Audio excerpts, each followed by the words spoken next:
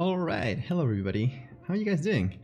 Oh, let me turn down my sound a little for myself. There we go, so I can hear me over the music. Hey guys, hope you're having a great day. Hope you had a great weekend. We are back. If you're in America, you might notice that the time has slightly changed from last week. That is because you guys were in daylight savings 2 weeks ago, and in Spain here we just entered daylight savings this weekend. So we are back to being to the regular schedule. So 5:30 p.m. Eastern for the Americans, and 10:30 p.m. GMT, or UTC plus one. 10:30 p.m. for the in British time. You're off to work. Good luck, Sora. You got this. So hey everybody, we are doing werewolves tonight. I've been dying to finally get these like ancient prehistoric lycanthrope part of the series going. This, which you can see right there, should be the last thing we're gonna do for that specific part of the series. So after this, we should be able to start posting it. I think it's all written, so I might have to switch around some of the writing because we wrote it a long time ago and some ideas changed in the meantime. But the tweets are written, most of the art is done, except for this one. So hey, we're pretty much there. It's been a long time coming, right? So what you can see here is a fantastic drawing, fantastic little hold on, there's one more layer, fantastic prehistoric mural done by the one and only Hannah Barrett's Bad Dog in chat. You might see her pop in later. She said she would be here. So if you see her pop up, congratulate her for doing this fantastic art. Like, look at this. The idea was to do this sort of you see how many times cave art has this sort of animation feeling to it, where lines are kind of intersecting, and it feels like if you walk through the cave with a torch, you can kind of, with the flickering of the torch, you can imagine the animal kind of walking. So it's kind of very early animation. So we figured, what if we use that concept to show a transformation from a human into a wolf? Animorphs vibes, definitely. So we got a bunch of, this is like the main scene, right? This is what we want to showcase. All the others, they're all movable, so we'll be like maybe moving them around if needed. I also like this, this was Hannah's idea, and I love the idea of the paw prints. Hey, Hannah's here. Bad Dog here in chat. Hannah is the one who drew this, so everyone clap for her. And Kaz, thank you for the follow. So yes, we got a lot of, there's a little shortened version of it here as well, and the idea is to take it from this more clean digital version. Well, we already have like some dirty edges, so to speak, which will help a lot in giving it the realism that it needs. So we'll put it onto a rock face. We'll kind of adapt it to the rock face. There might be some little bit of warping there to kind of fit the edges of it. We might move some stuff around depending. We'll see. We'll find a cool rock face and then we'll kind of improvise from there, I think. So that's what we're going to be doing today. The main art is done. I'm just inheriting this very cool piece of art and trying to do something with it. So after we're done with it, if we don't take like super long, which I don't think we should, it should be a fairly quick thing. After we're done, I think we're gonna try and plan some fun stuff for the subathon stream. So if you guys don't know what a subathon is, it's a very Twitch thing, so that would be understandable. A subathon stream is a stream where you start with a countdown. So let's say I start with like 6 or 8 hours of countdown, and every time someone subs on Twitch, or I'm also going to make it so people can sub on Patreon, and all of these actions will add time to the timer. So like to a limit, right? I'm not gonna stream for more than 24 hours because I'm not crazy.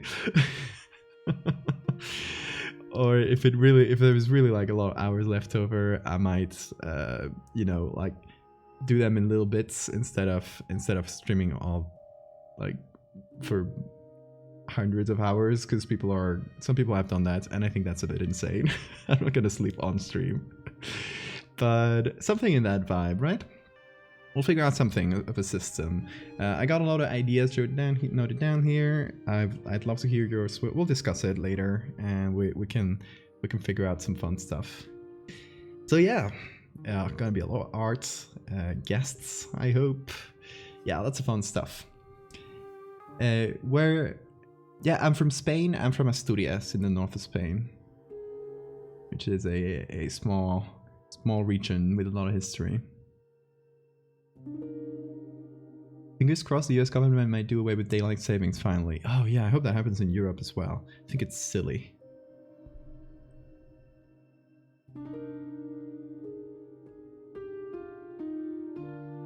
Oh, we got the bots. The bots. It's been a second since we got a bot. Hold on. I will yeet it out of existence. Hey. We love destroying the bots here. Okay, so there we are. First things first, let's find an image for the rock face that we're gonna use. Hey, in Barcelona. That's great. I was recently in Menorca. I'm gonna use some pictures from a place in Menorca for an upcoming series. Not series, a big thread I'm working on. I've been working on for the past month, I want to say.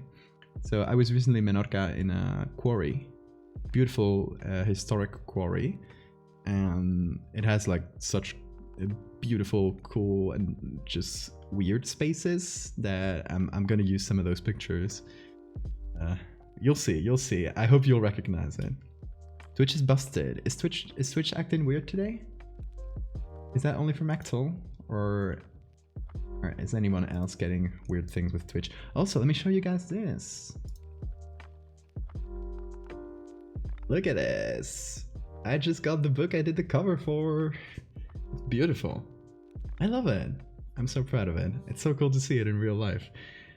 So you can see this picture and the whole design for the cover I did myself, the back as well. And it's this collection of short surreal stories. Let me find you guys a link, because it really is great. The whole concept is a fake author from the Dadaist surrealist movement, whose works are being found nowadays, right? It's all like being written but from the perspective of this invented author who's like being rediscovered nowadays. It's great. It's a fantastic little thing. I will send you guys, if anyone's interested in like short surreal things, I will. There, that's the link to my website with the piece. But if you scroll down, you got a link there to get the hardcover version. And I don't know if the hardcover is out for everybody, but you can get the paperback at least.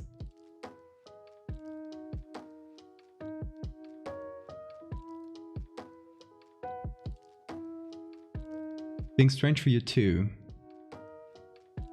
Not getting all the chats. Oh god, Twitch.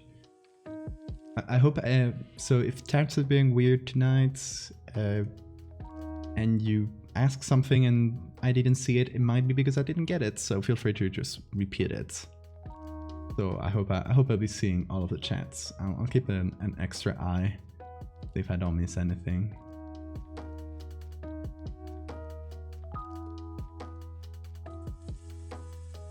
Not getting ads when you should? Well, that's a good thing, I guess. Of all the problems one can get, I guess that's the best one.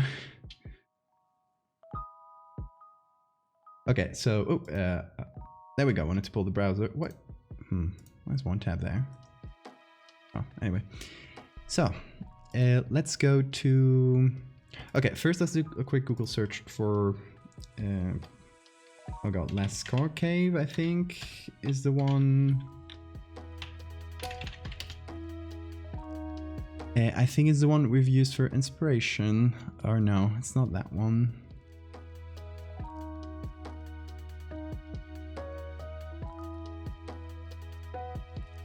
I'm trying to find like actual caves so we can have those pictures in the corner and kind of try to go for that vibe, right? Because we could just get any stone texture of the internet, but it would kind of look like this, you know, like a drawing on top of a random stone texture. And I would like, you know, real cave paintings, they are in these small areas in a cave, kind of in the ceiling. They're kind of working around the natural edges of the cave. So I would like to have some of that. So it's not like a perfectly blank face and then we just put the drawing on and forget about it. I would love it to have some little bit of edges to it. So okay, there's Lascaux and there's... Oh, what's the other one? I'm forgetting.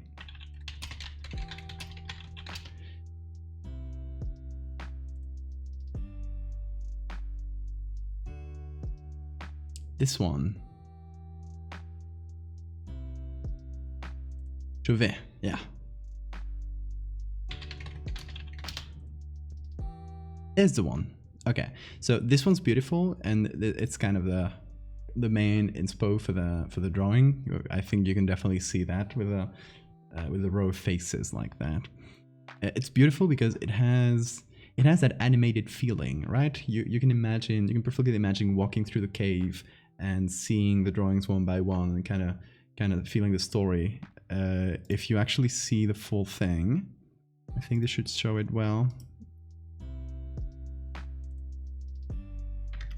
If you actually see the full thing, there's a row of lions here, or big cats. I don't know what kind of animal it is, but yeah, you can see the row of hunters and then the prey right there. It's great. It tells a little story. It's ancient storytelling that we can still interpret today. Isn't that amazing? Also, Roki and Nero D'Angelo, thank you for the follows, guys. It shows them figuring out the shape and form of the animals. Yeah. So yeah, that's the Chauvet. Chauvet? I don't know. Cave. Also, it has some beautiful textures to the cave itself. It's not like just a blank wall. So let's see what we can find. Let's see.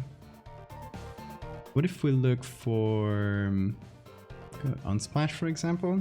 There's a lot of pictures.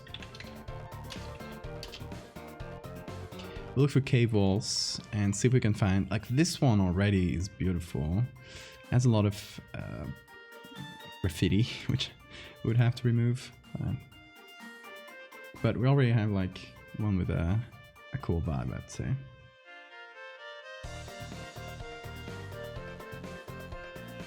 Precedence, storyboards, and movement. Yeah, exactly. Yeah, that's exactly what we were trying to go for. That's sort of animated, like still animation feeling, right?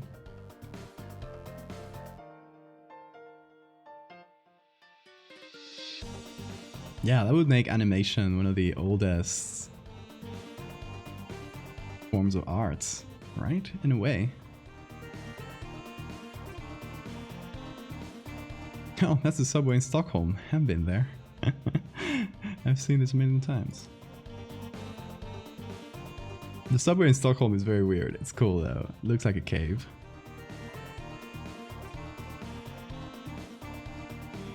Animation is telling stories, exactly.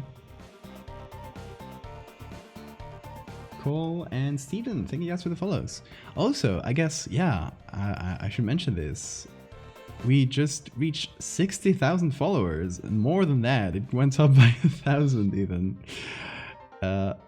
All in huge thanks to Simon Stolenhag, who is one of my favorite artists ever, and he started retweeting my stuff, and boom, we got a lot of... Hey, Steven. Yeah, just yesterday I was saying like, oh, I was like 500 away from 60k. I was like, oh, it might take like a week or two of posting art, and I'll probably get there. And boom, took a day. Oh, I'm back at 0. God damn it, gotta start again. This right here is a bug I only get on my account. I don't know why it happens, but I only get this on my account. It just jumps to 0 following, 0 followers, and 0 tweets. But don't worry, it's just a visual bug. Here, it's back, it's back. All the followers are back. It scared me a lot the first time I saw it, but now I'm used to it. But yeah, Simon's great. What a lovely fella. And yeah, we even talked a bit later. So yeah, 60. See, the time I posted it, I was even under 61k. Like, this went up a ton in a day. That's great.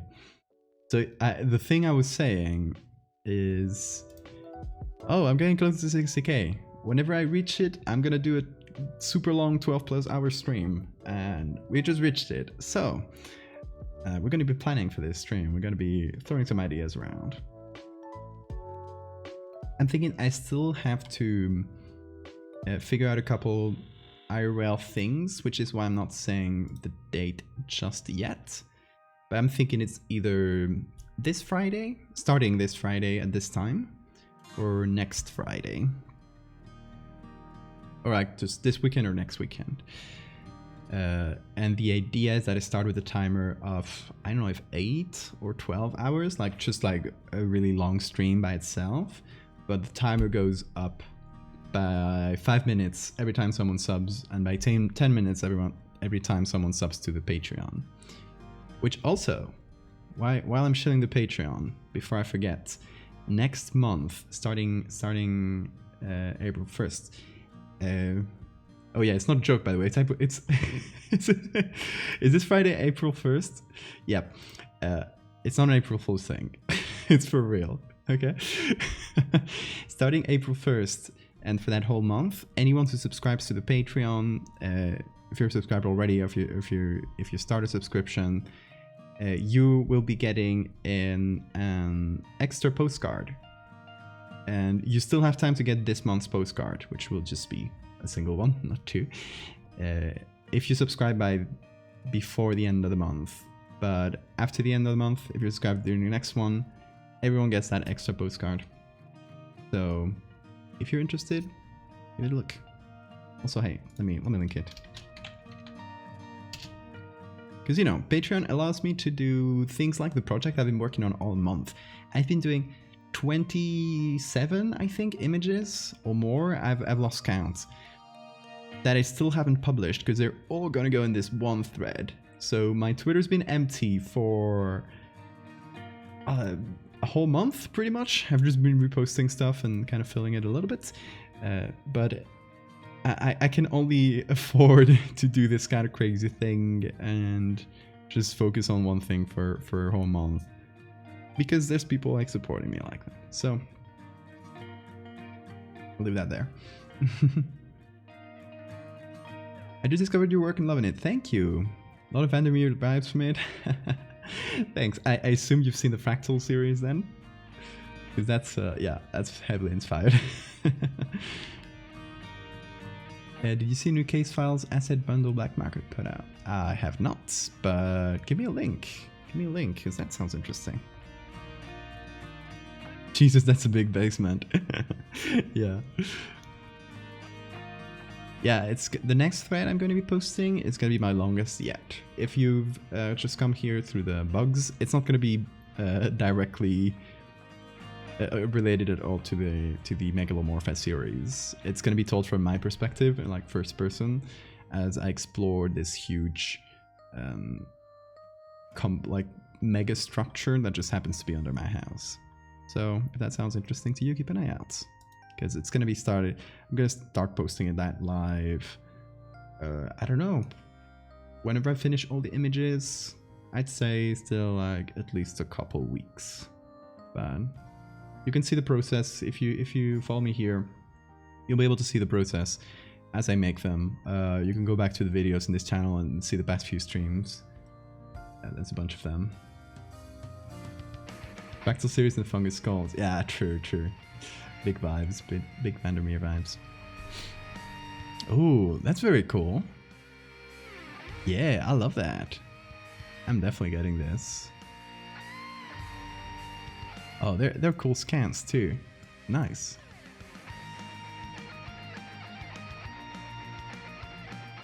Yeah, I also got the redacted brushes. They're very good. Oh yeah, thanks for that link. Definitely gonna get that. Also, I love this cable. Has some very nice texture to it. And, you know, it feels old. There's like drips on it. Oh, I love this. Look at that. Is that a real cave painting? I don't know if it feels modern a little bit. No, it's real. Okay. That's great. I love this. I like little deer people.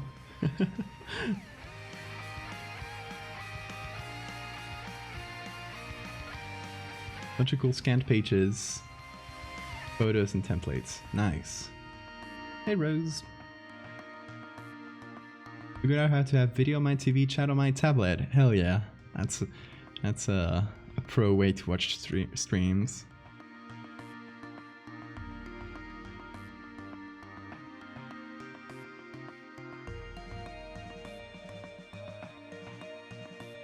That was not Australian, that was Brazilian. Yeah, in Brazil.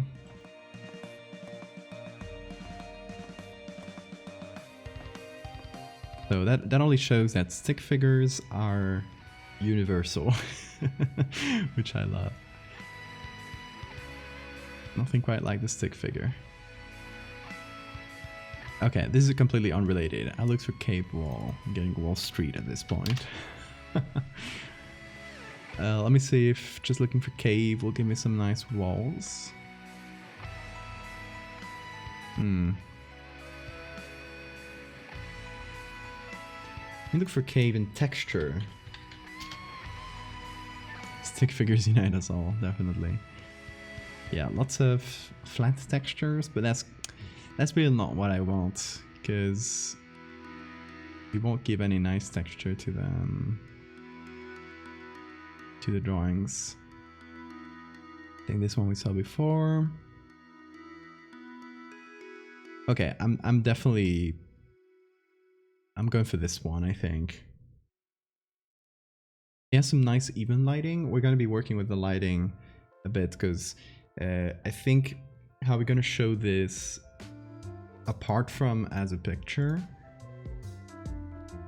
of just the whole mural, I would like to do a little animation where it kind of jumps from one to the other. So it's like a shot of this, a shot of this, a shot of this, a shot of this. Not like super quick, because we don't have that many frames of animation, but like just one click, that kind of thing. Kind of like you're passing a presentation, so it does show the movement of it a little bit. I don't know. I'm not sure. I'm not super settled on that though. So just an idea floating in my brain.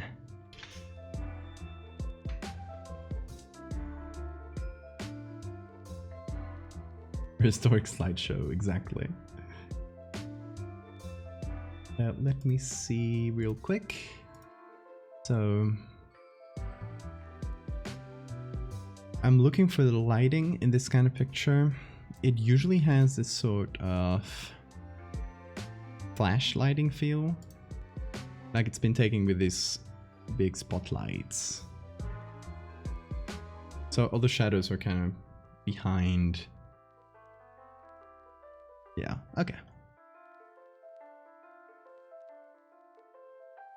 I'll be coming back and forth to this.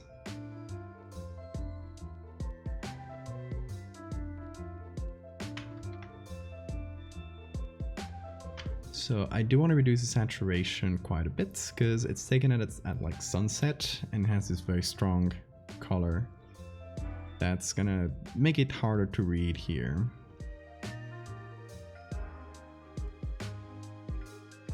Also, let me check some. Hold on. Let me see how I can flip this different ways. This definitely has to be flipped vertically like that.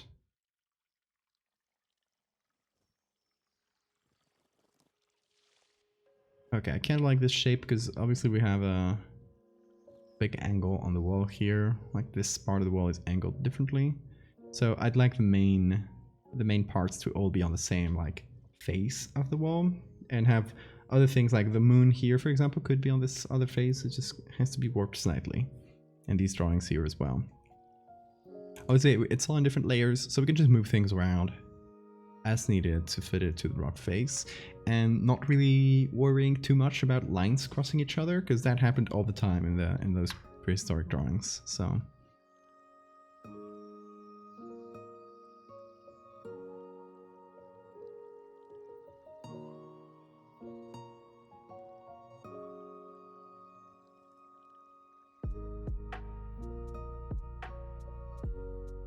okay, so now we actually can see things well. Let me do a quick copy of one of these.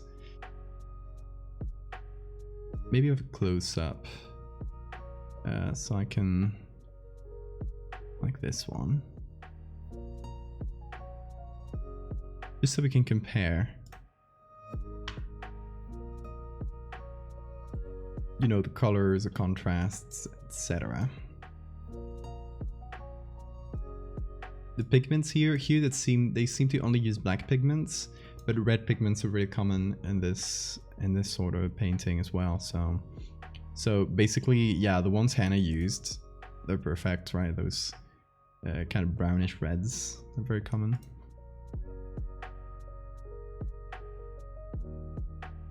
Yeah, definitely the right vibes.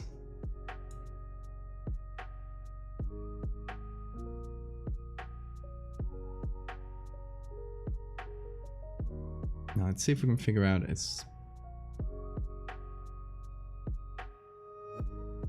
the levels at which both the cave wall looks right, so it doesn't look like I brighten it a ton so to put the drawings on top of, but it also lets the drawings shine a little. This would be a bit more realistic in those terms. Huh.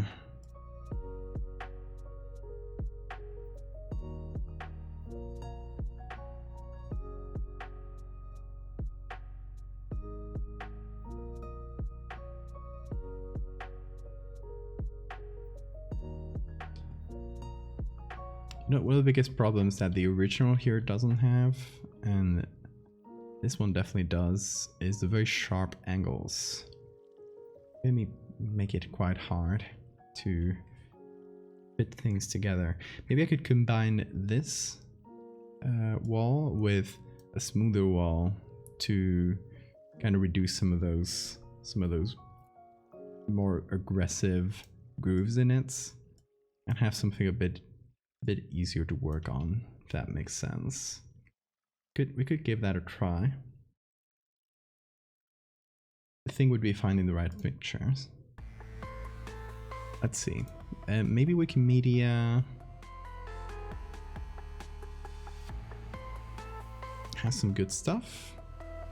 Oh, it's mostly just paintings as well. Very bright. My eyes. Oh no, they actually have some cool stuff. Oh, those are very nice.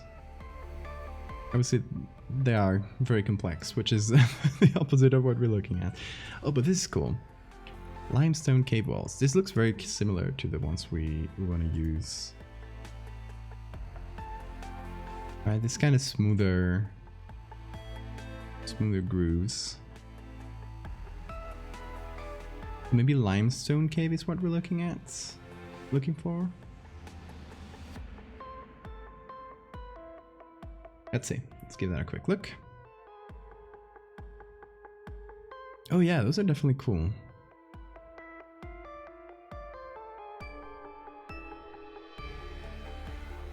Not a fantastic picture, but we're getting closer to the vibe. Oh, caves are weird, aren't they? Ooh, this one would have been cool to use in that super deep borehole story. You guys remember that one in November? Tiger Cave, interesting. Yeah, I really like this kind of wall. Obviously, like, yeet this guy away from the frame, but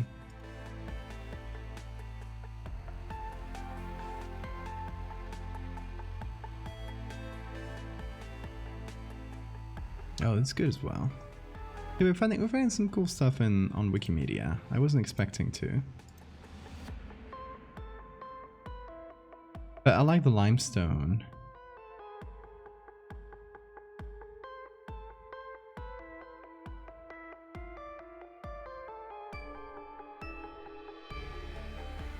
Let's see what else we can find. The Kevin Eater? Kevin's hide. They're here. Thank you for the follow.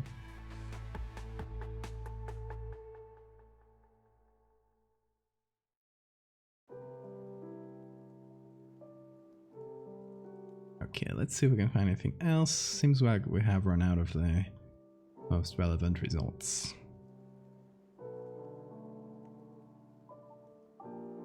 Okay, let's give a quick look through other stock sites. Let's see, cave, wall. We'll look for limestone as well if you don't find anything good in here.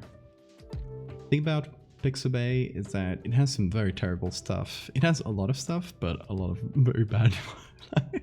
Okay. Like not to complain about other people's Photoshop techniques, but it's more about the decisions than about the techniques. What was the intention here? What do you think was the artist's intention here?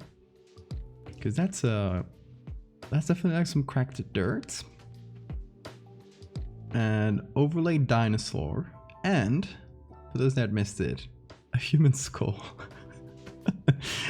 And it's all a cube, so big Minecraft vibes first and foremost. What is going on? The T-Rex trapped in time. It's a cemetery. I have no idea what they're... Because why the dinosaur if it's a cemetery? It is tagged as cave, cavern, texture, clay, wall, background, and dinosaur. I still don't know. Yeah, that's the dinosaur they used. And that's the cracked dirt. I still don't know what they were going for. But like, I mean, good for them. Well, they're doing their thing, I guess. Like this person. What was the intention here? Who knows? But there's a little goblin. Well, not little. There's a princess and a very large goblin. See, I love Pixabay. It has very funny stuff. Not usually the most relevant results, but very funny often. You had kobold as a tag? Well, I assume it's a kobold then. Been following on Twitter for some time. I just randomly stumbled upon you on Twitch, I assume. Well, must be destiny. See, there's a lot of people posting their Photoshops to Pixabay, which I assume they also use pictures on the same site. But it is strange. It's just downright weird. It's not about the technique, it's about the decisions. Like they wanted to show that this pixie here, this little character was playing music, So they were like, oh, how should we show that? Obviously she's playing the flute, right? You maybe can just not show anything. But they decided, okay, let's put some floating notes over there. And for good measure, let's also put some a composition there in the background, just floating there. You know, just in case people weren't sure if this pixie was playing music or not. Oh, the decisions.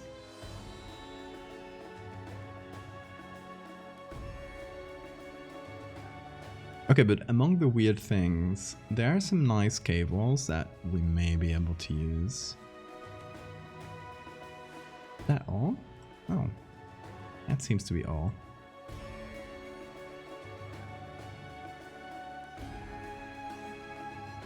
Is the castle real in the? I mean, it's definitely added on the castle. I mean, it's semi-transparent here and here. So they just added it from another picture. Even the sky is... They just took the sky as well. Okay, so... Cave wall here, not giving me great stuff. Cave limestone, let's see if that'll give me anything.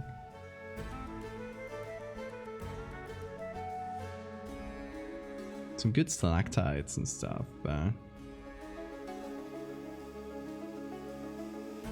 Not really a lot of clean surfaces to put drawings on top of. Oh, in the universe of the image. Well, that's for you to interpret. Death of the author and all that.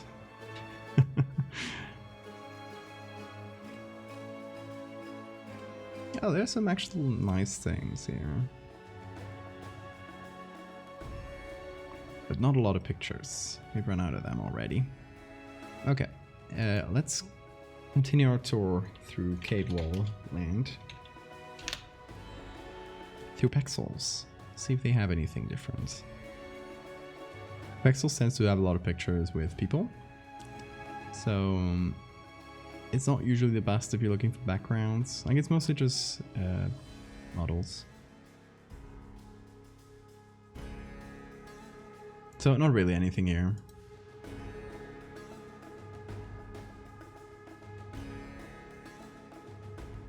Limestone Cave.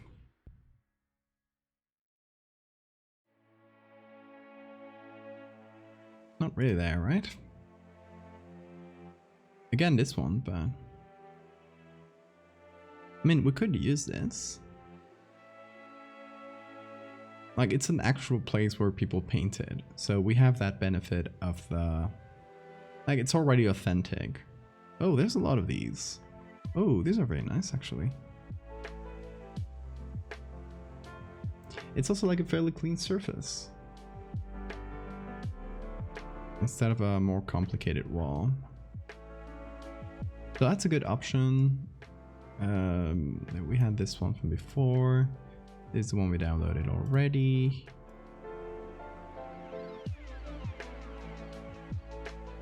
Okay, stone textures. Let's see, let's give that a quick look, see if we find any cool stone textures. Hey, welcome back, Sora.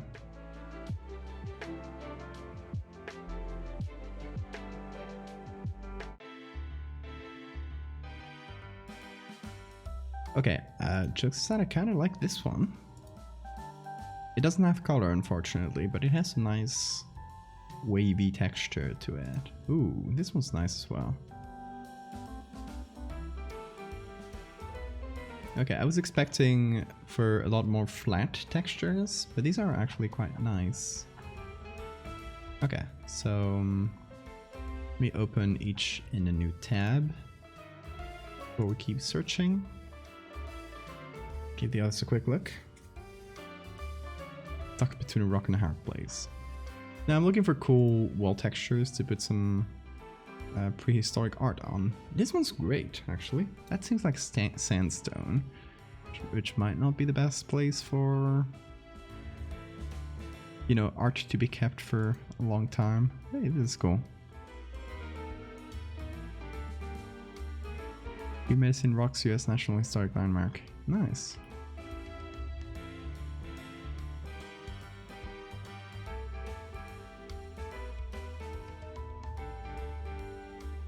Okay, so we're getting unrelated textures there.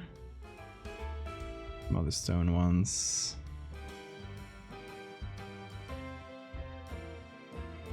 Let's look for limestone texture. Let's see, Sora. These ones are cool. Maybe a bit too complicated because I would like them to be textured, but not enough that, but not as much that it's hides the drawings. That makes sense.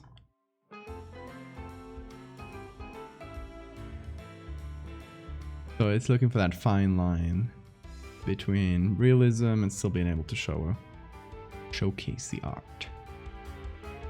So this one's nice, this one's nice. This one's probably one of my favorites, actually. Ooh. Okay. No, I was lying. This is the best one, for sure.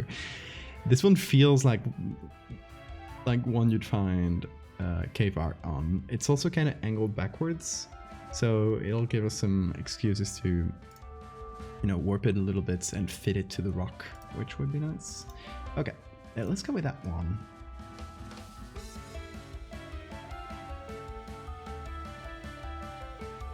Let's see if that works. Because it's definitely like easier to look at than this.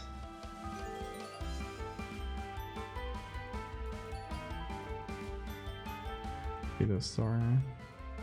Oh yeah, the second one you sent is nice as well.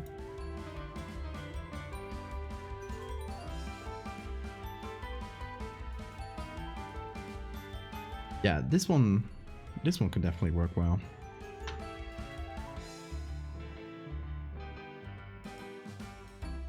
Okay, let's brighten things a bit.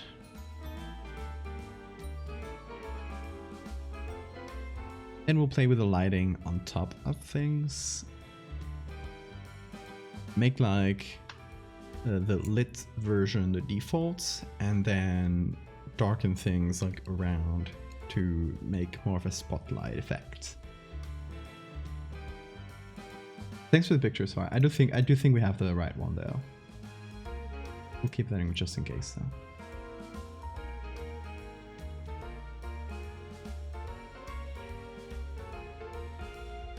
Okay, so this is our main line work and our main color. So we have these two. We'll put them on top. These are just the hands and paws, the moon, and all the other drawings around it. Okay, good. Yeah, again, this illustration was made by Hannah Barrett, which actually, let me give Hannah's link. Hold on.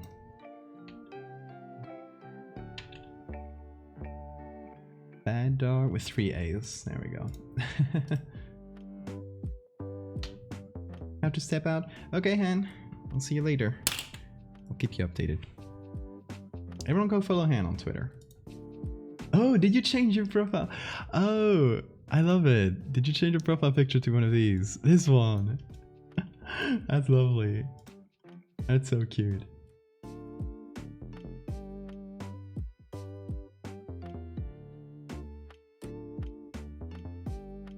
That's perfect.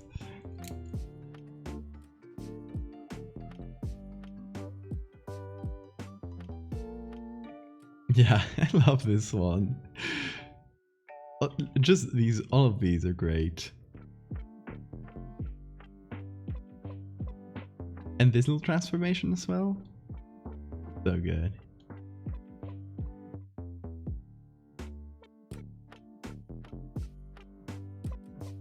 Okay, so let's see. Before I combine things, should I move them as a group?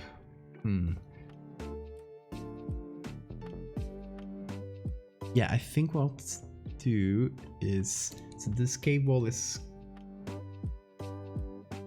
kind of angling backwards. Like this part is closer to us than this part, if that makes sense. I don't know if you guys can You can see that well. But it should have a little bit of a perspective warp, right? We're seeing it a bit from above.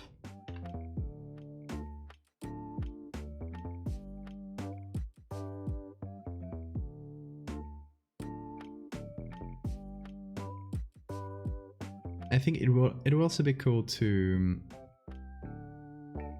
have these exterior parts kind of be cut out a little bit to give the impression that the drawing just keeps going on. We're focusing on a little part of it, right? Like this cave is just full of drawings and we're just saying a little bit. So something like this. I do want this fella to be fully visible though. Harder choices already. We might just move this fella up a bit. In other drawings, okay.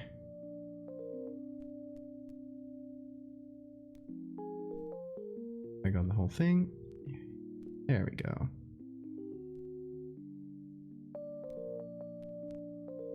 Hold on, let me Control Shift J so it's in a separate layer so that if it crosses things little bits, we can still move it around. Okay.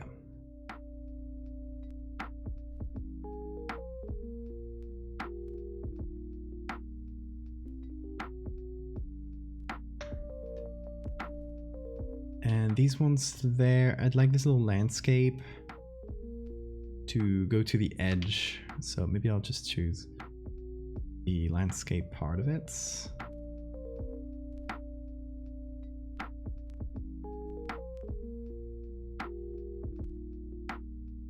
Make that a bit larger.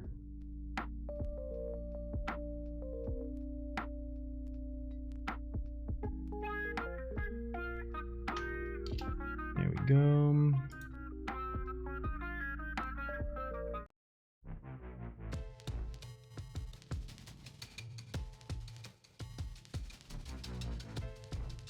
Okay, there we go. So that way it kind of cuts off at the edges a little bit, which will help the feeling that this is just part of a larger thing. We're just seeing a little bit.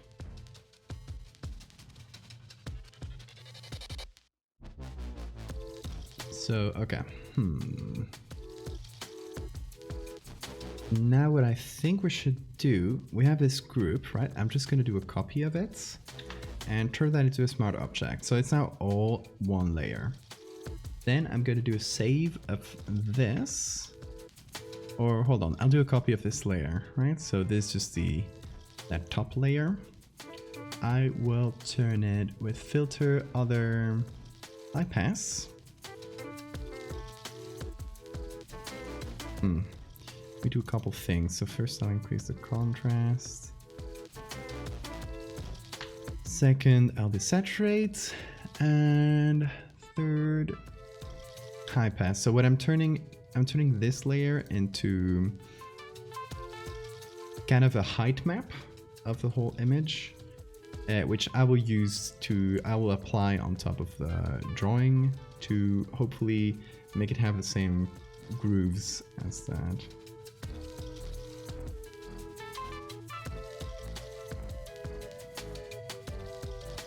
You're an artist as well? I'm fully an artist.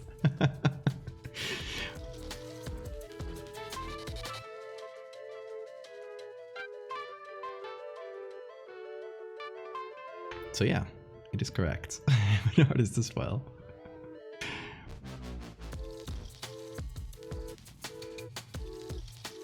Also, there are some things that I don't want to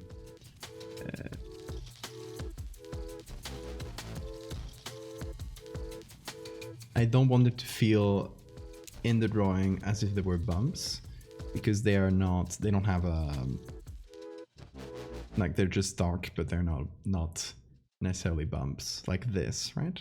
It's just a texture, so, or kind of lichen or something growing on the rock. We don't need that. I'll hide all of these little things to turn them to smoother stone.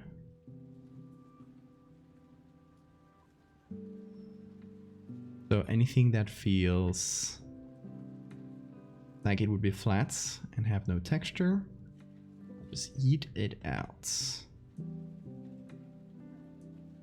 And just keep all the textured parts.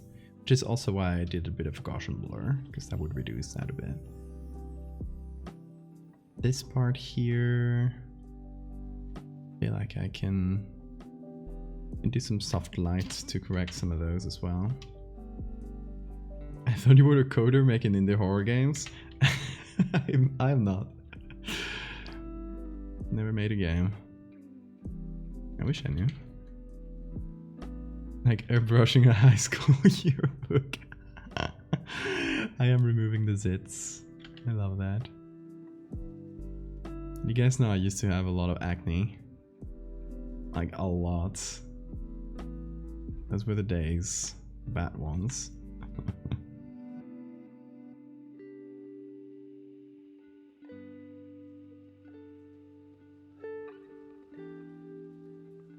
I don't miss it either.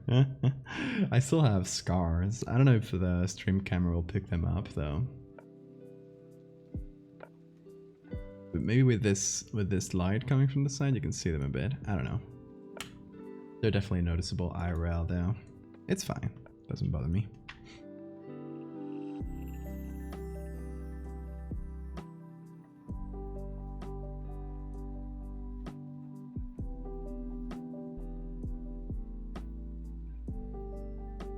Let's choose some more interesting music. There we go.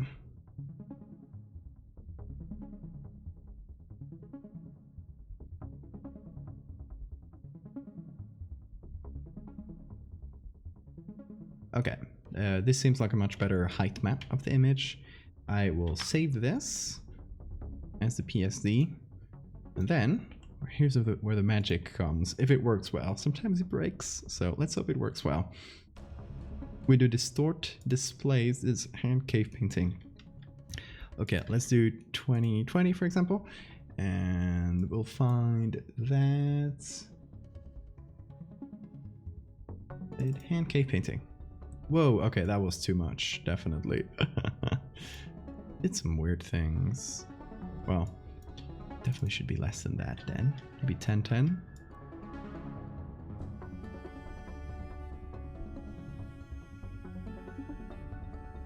Okay. That's still a bit much. It's definitely like going around the grooves though. Maybe it just has like a lot of smaller texture that's messing it up. Bad magic. Back to class, Harry. Scars? Like, did you bleed from the acne? No, it's very common to have acne scars.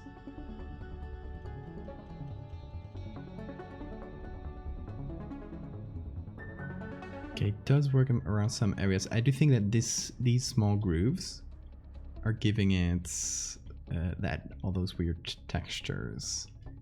So let's see, maybe we can reduce that a bit. Maybe another Gaussian blur.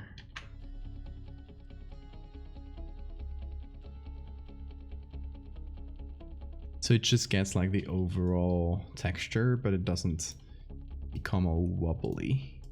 That makes sense. Maybe it's also these.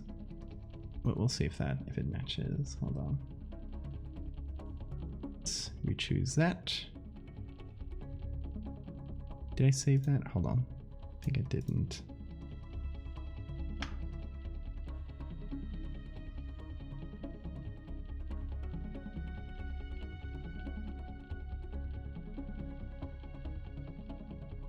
Yeah, Photoshop has a displays filter. It's very good. Okay, so now we can see the effects. It's not wobbling it as much, so I think that's worked correctly. It's wobbling it in some areas, but I don't think it's doing like it's messing it up too much, which is nice. I still think that this part should be like this. It should go inside a bit. And it kind of doesn't.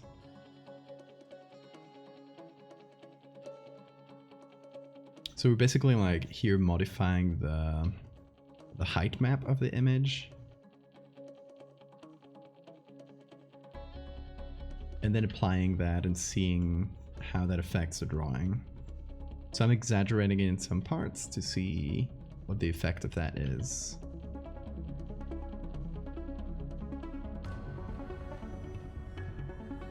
Right, so I'm kind of exaggerating some areas just to see what happens. Give me horror game ideas, I'm gonna steal them. I wish I had any. Not something I give too much thought to. You do have a very nice prompt generator on the Discord. So if you join the Discord and go...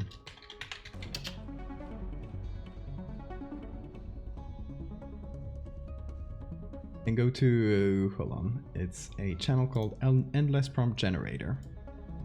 You can hit the prompt command here and it will give you like AI generated like mystery sounding things. It's nice to get your brain thinking.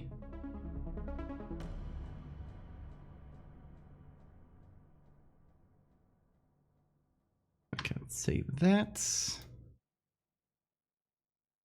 Hit that displays.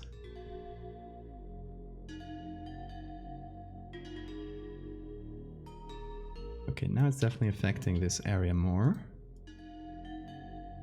Yeah, it's pulling it in a bit, so that's nice.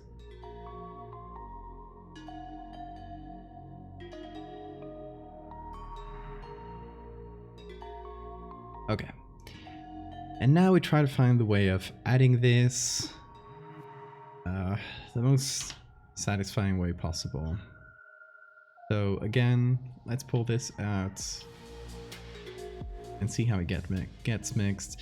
I really like how overlay looks, though it's obviously like way too light.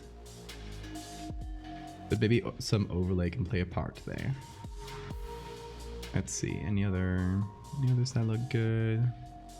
I think mostly just overlay looks good. Okay, so maybe this is a classic mixing of a normal layer plus an overlay layer.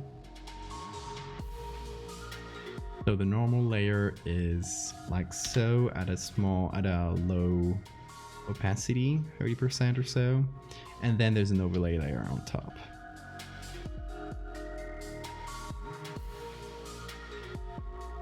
And then you can mess with a few things, like you can reduce, for instance, in the normal layer, you can reduce it in some areas to make it feel more faded out like this.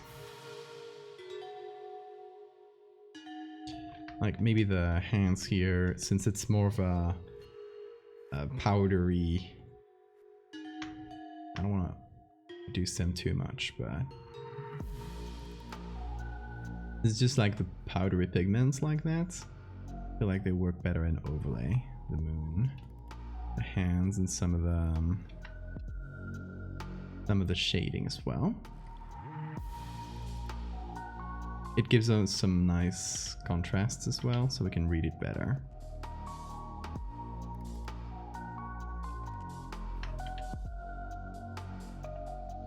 Maybe this part here, which is kind of discolored.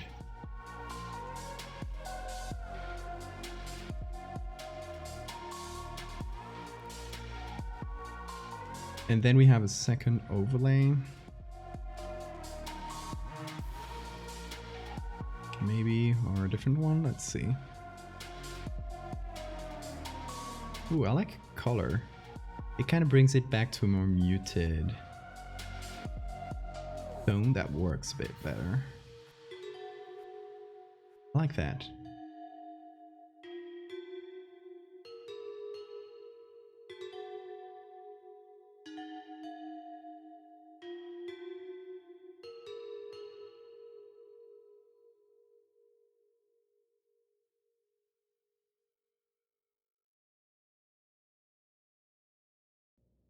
And then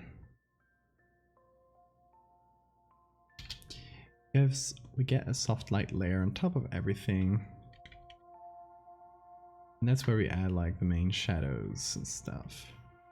I think, I should take this area and maybe give it some color like this pigment. To make it pop a bit more.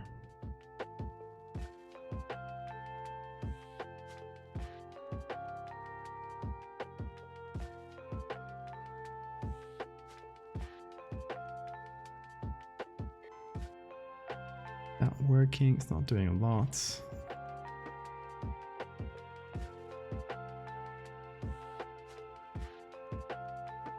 Oh, it's a color layer on top, of course.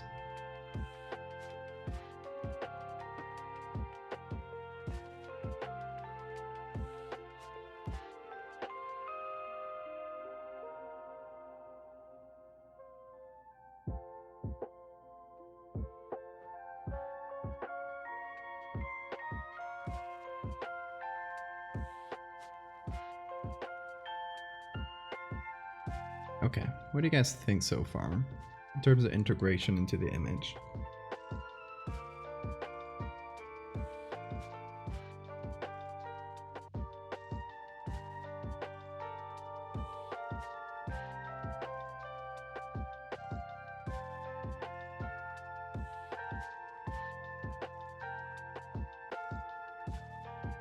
Also gonna recover this little fella.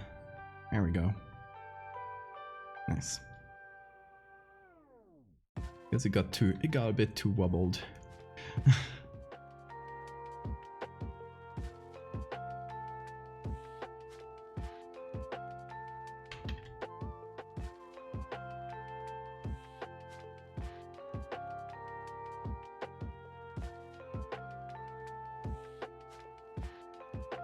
So the center here would be like the illuminated area. If we go for that spotlight, camera flash effects. Center here would be lit up.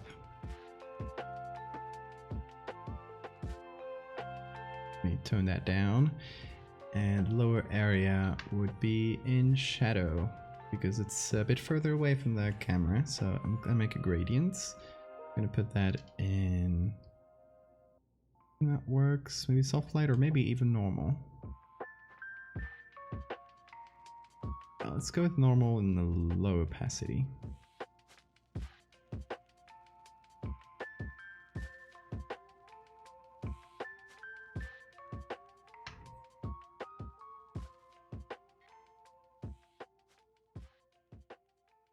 And then maybe on the corners, the edges here as well.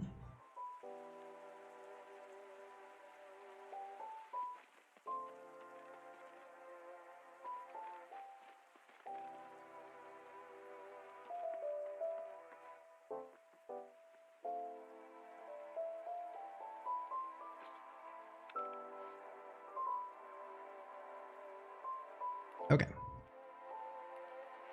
Let's compare that to our model here.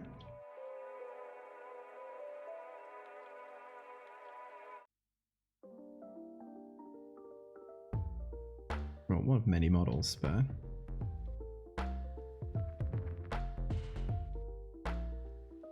okay, we definitely need some blur and then sharpen to help things out a bit. So this is where we take the whole image, we put it into a single layer, then we blur it. Maybe as much as 2 pixels. We'll see if that works. So we first blur it and then sharpen it. It sounds silly, but it does a lot. So let's go with Smart Sharpen, Reduce Gaussian Blur, and put the radius of that at around the same radius as the blur I did. And then we just increase the amounts. See what happens.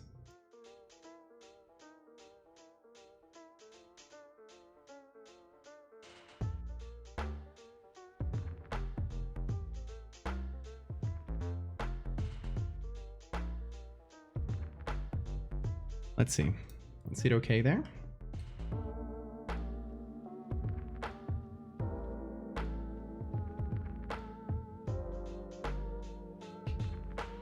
Oh, let's see. see, maybe I blurred too much there.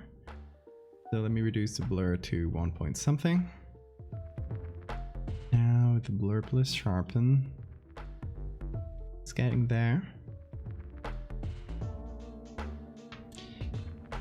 Now we add a camera raw filter, and we can sharpen here a bit further.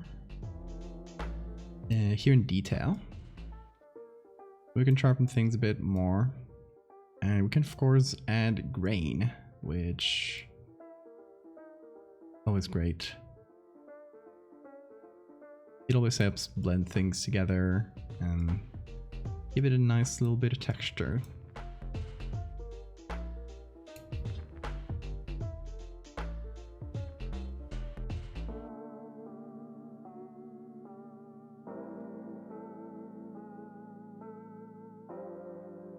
Doggy's on timeout for trying to eat cat food.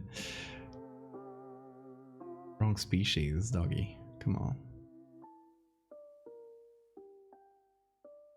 Okay.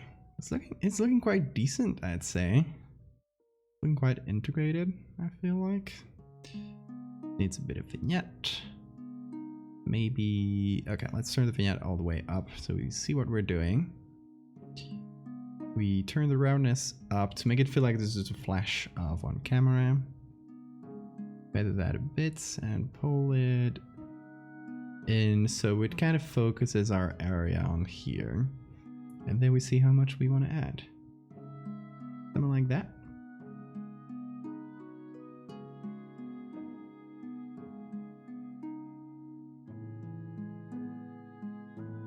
So we change the contrast a bit.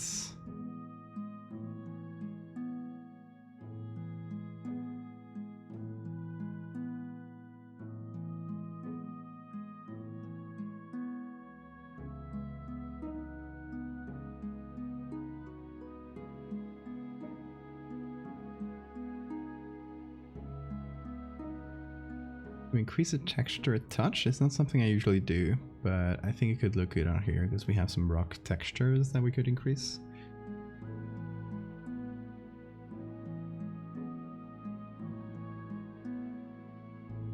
Let's see.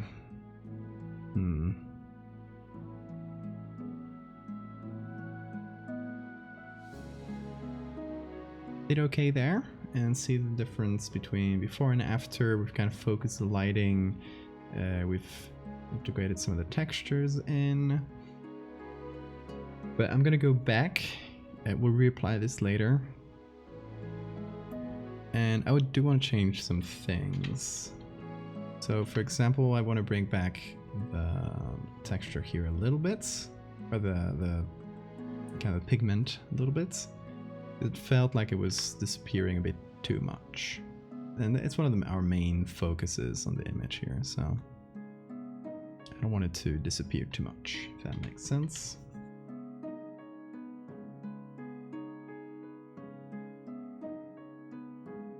I also want to give it a bit of extra lighting here. Adam Mosco, thank you for the follow. If I said that right, I don't know if I did.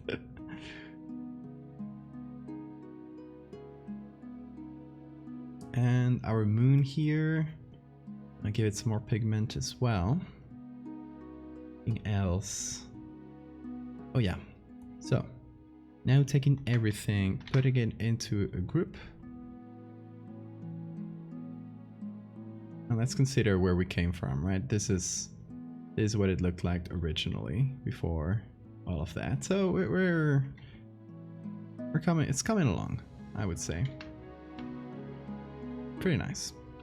So we have all this in a group, and what we can do that might look good is get this little grunge texture I made. It's a very, very soft grunge texture that I like to apply as a layer mask to kind of erase things a little bit. Give everything a little bit of texture. So it's like not a lot, and it will mostly disappear in the following step. But it'll help areas that, for example, this very solid area will definitely be helped by this. Doing a digital painting, nice.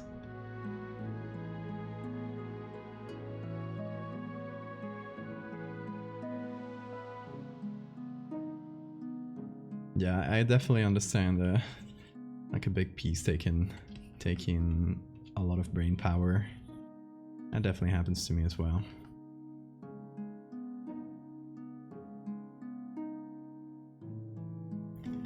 So hopefully these darker areas will get a bit more texture through this. That's the hope, at least. It looks nice enough already.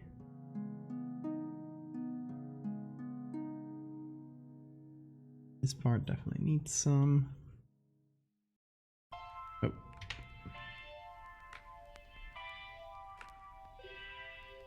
Okay, anything else?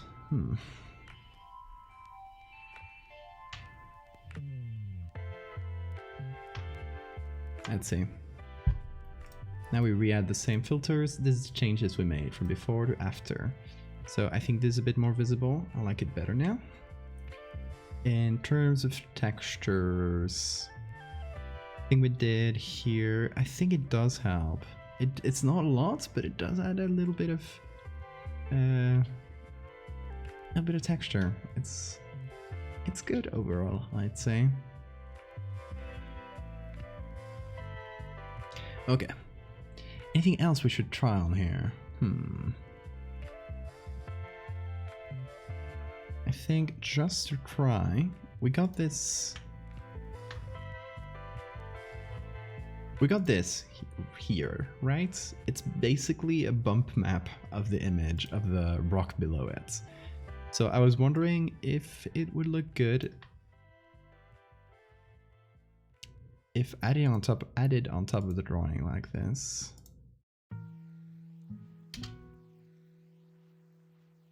I think that does a lot though. Overlay, soft light.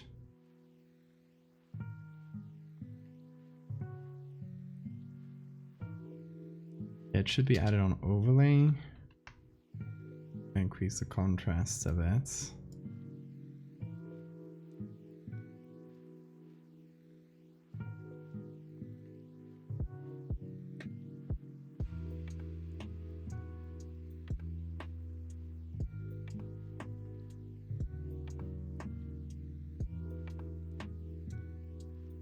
Don't know if that really does a lot. Thought it would add some texture to the whole thing, but it really doesn't.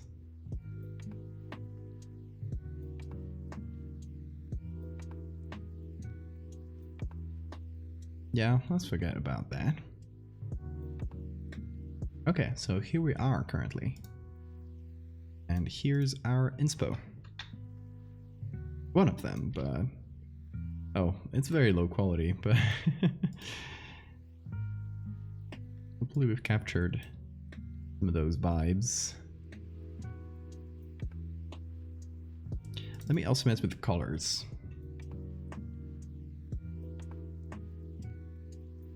I don't think I did too much here, so I can actually reduce the saturation, increase the blues a little bit to kind of have it give everything a bit more of a neutral tone, and then the color mixer. Let's see.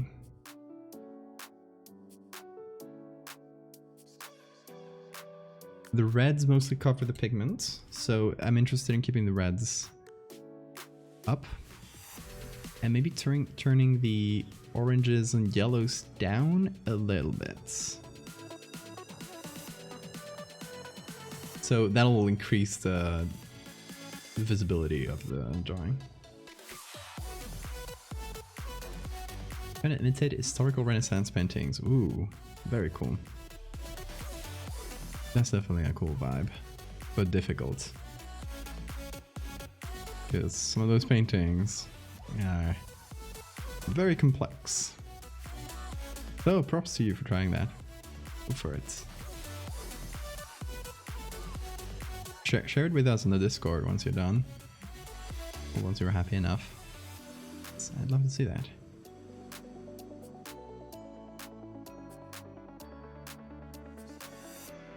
Okay, trying some different color vibes here. This is the caramel dancing part of the stream. It goes perfect with the music too. Okay.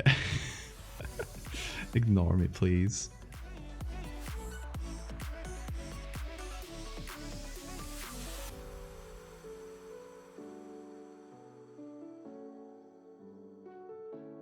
I like to kind of go around a circle and see if any colors catch my eye, because sometimes an unexpected color will suddenly be like, oh, this actually looks nice. I wouldn't like to touch the highlights here though. It says between the shadows and the midtones. Yes, I don't know who said the other day, this is a caramel dancing part of the stream, and I found that really funny. So now this is caramel dancing part of the stream. See, it works with the beat of the music as well.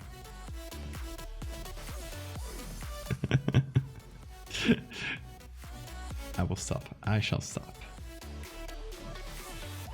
I kind of like blues there. So I'll definitely just take that and reduce it a bit.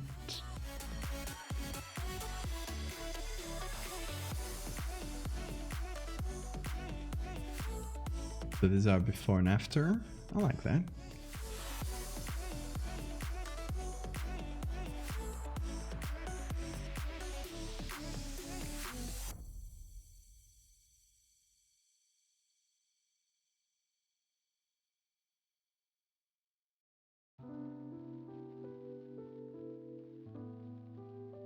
Okay, and if you guys didn't see, this is gonna go with, let me save this for now.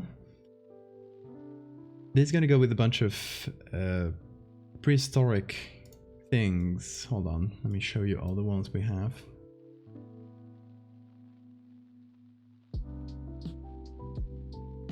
So I'm calling this part of the series Ancient Lichens, because it's gonna be all about this cave. It's all gonna happen in, like, it's all gonna be like the discoveries of this one cave in France.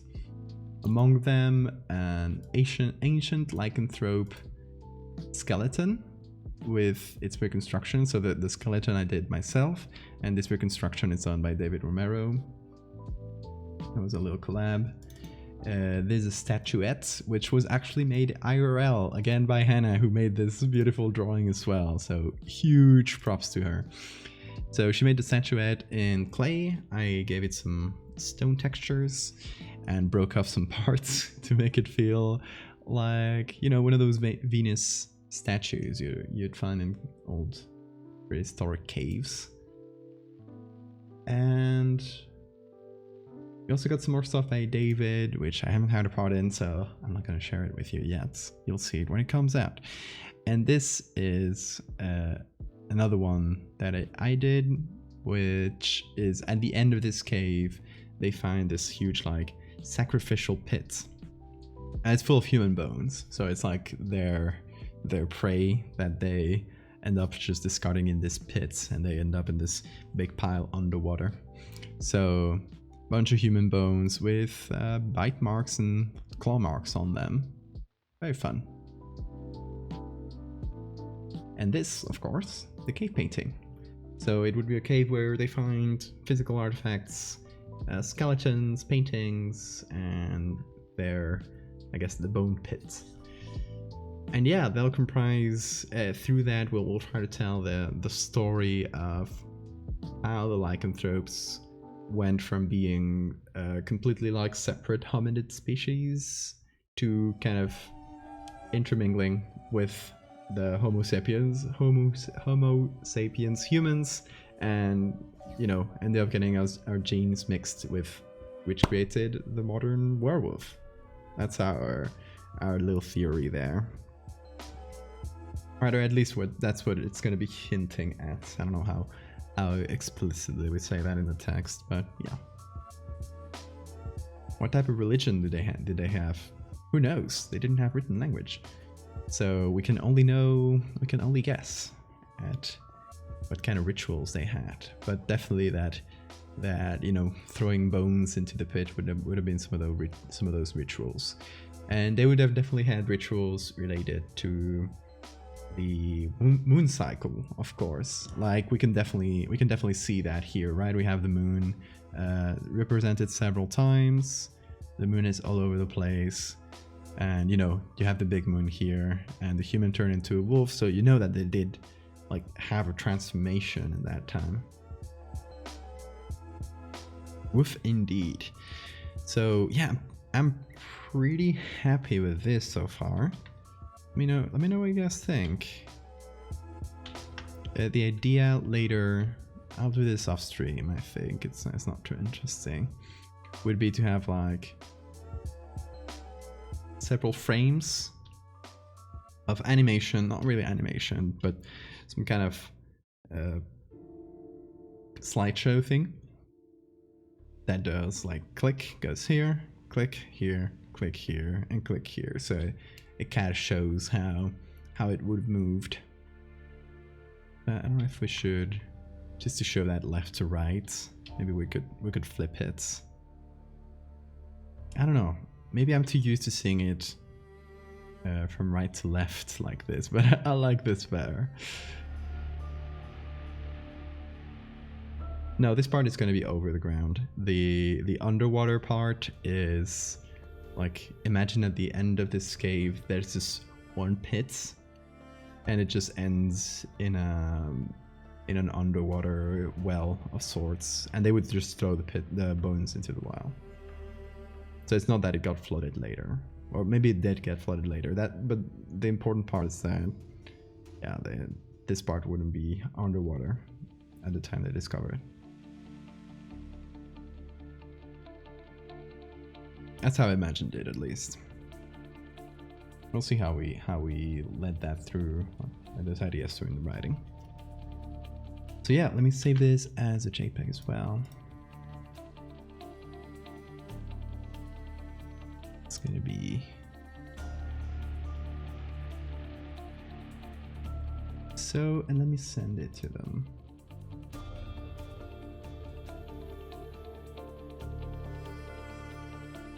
Let me send it to the Lycanthrope Council, which is just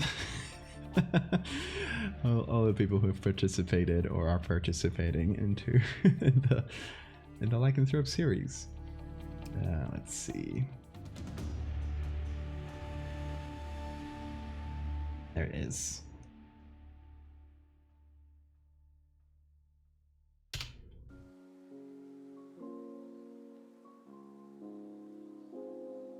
So yeah,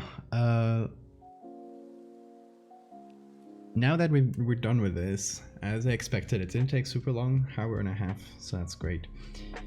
What I wanted to do was maybe figure out a little bit of that big long stream that we're gonna do, what kind of, you know, how we're gonna fill that time, etc., what the goals are gonna be. Those could be some fun things. Okay, so I guess let me do a little bit of intro. Give me a sec.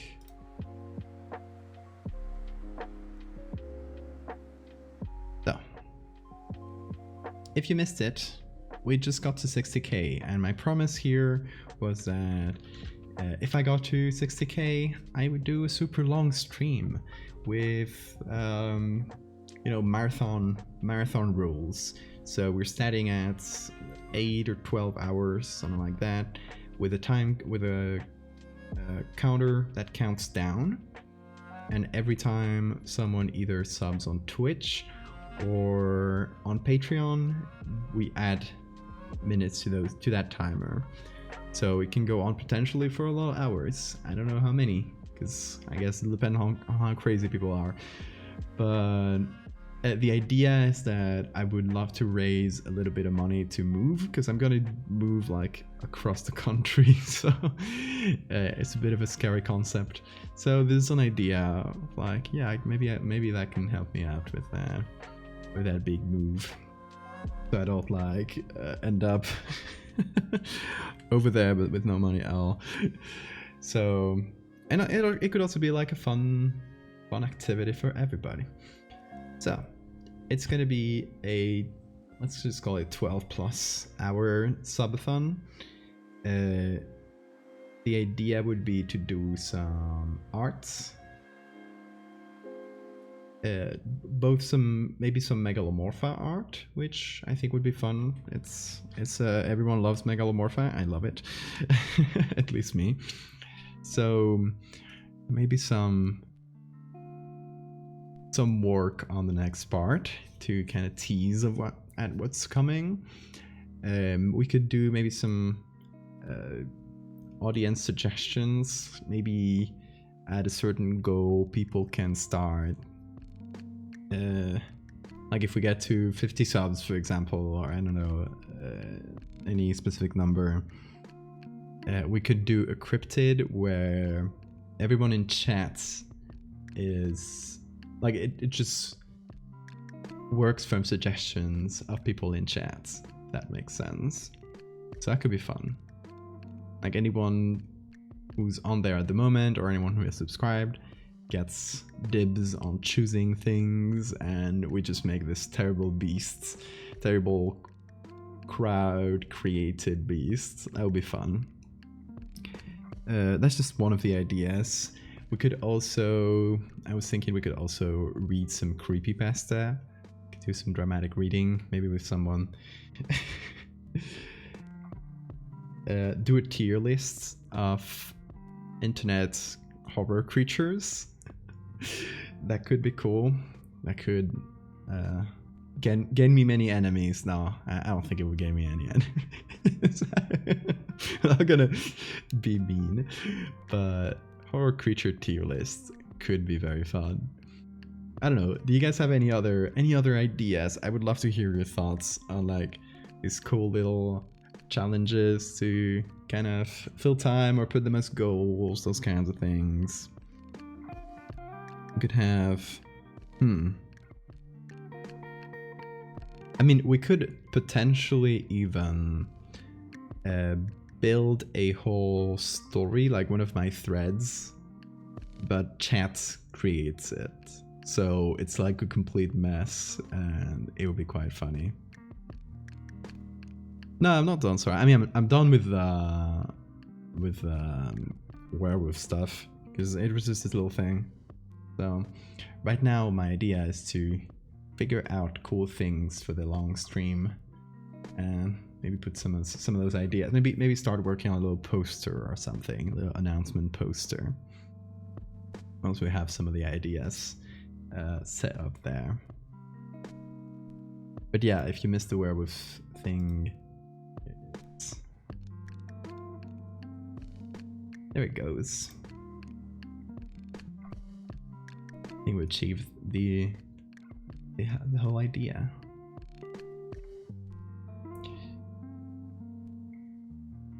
But yeah, maybe we can make a little poster of sorts. Let's see.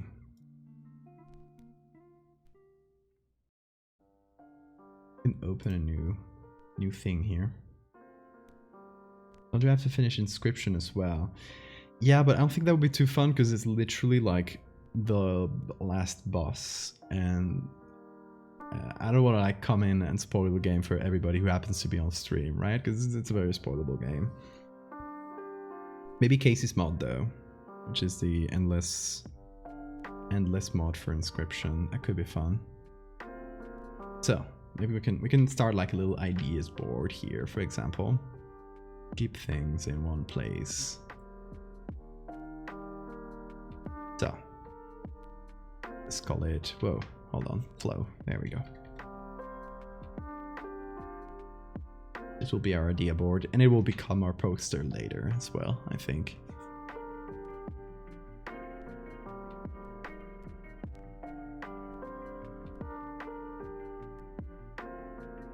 Well, plus our marathon.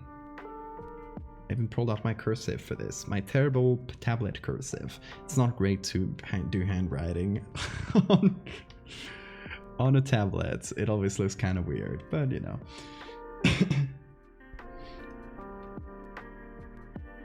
Twitch crossover. Draw horror game characters on stream. Yeah. Like, yeah, Photoshop them more than draw them. Drawing is definitely not my strongest skill. But yeah, we could do like, yeah, crossover. Let me write it a bit smaller because we're gonna run out of space real quick.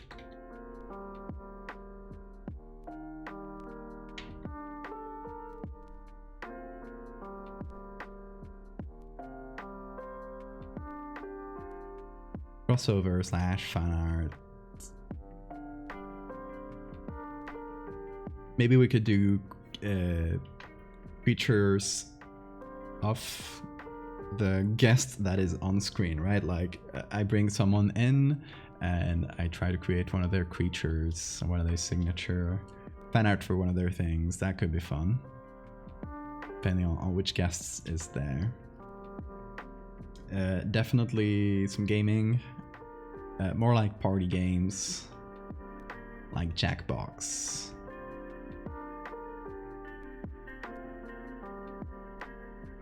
Or create hybrids. Yeah, that'd be fun. That could be like the audience or chats generated creature, something like that. Like maybe to make it a bit more structured, we actually do some polls and kind of do combinations of features and chat gets to decide on that.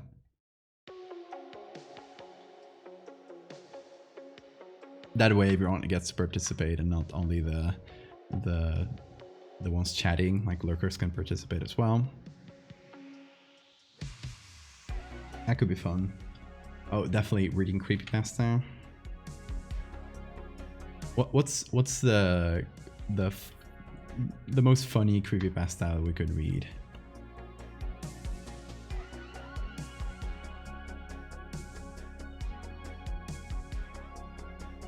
Bend Round? Bend Round could be a fun one. It's very badly written.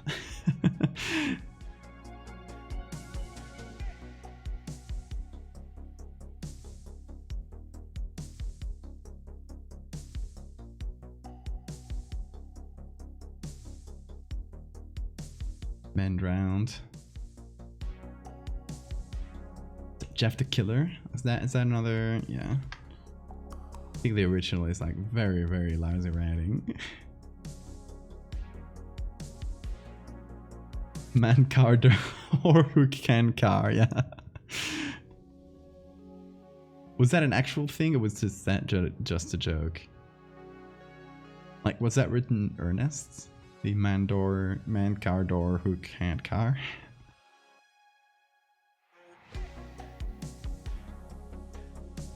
Oh, definitely like Russian sleep experiments.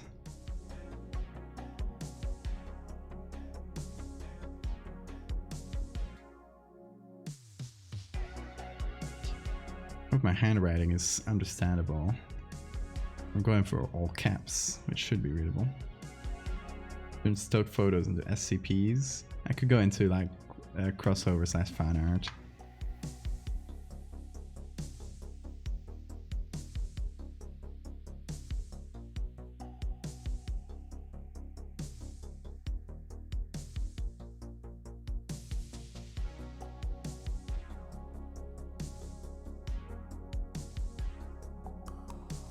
Oh, there's definitely one that I gotta put as a very high goal. Like if we reach a stupid amount of subs, I do ASMR. just what, like 10 minutes of ASMR or something like that. I don't even know how to do that. But it's been suggested in the past, so it could be funny. Let's see, what else could be fun? Definitely like maybe a print giveaway where I give away prints.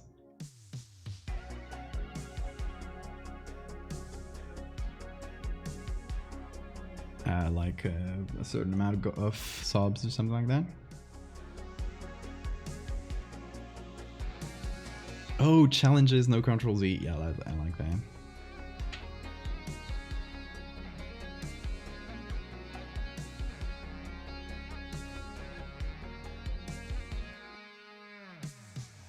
Control D, etc. Or single layer, yeah.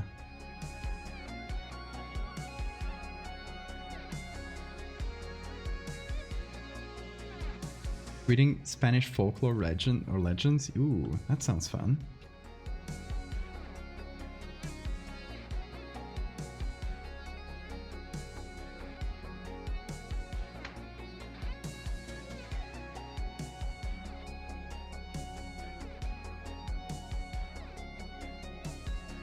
MS Paint, yeah.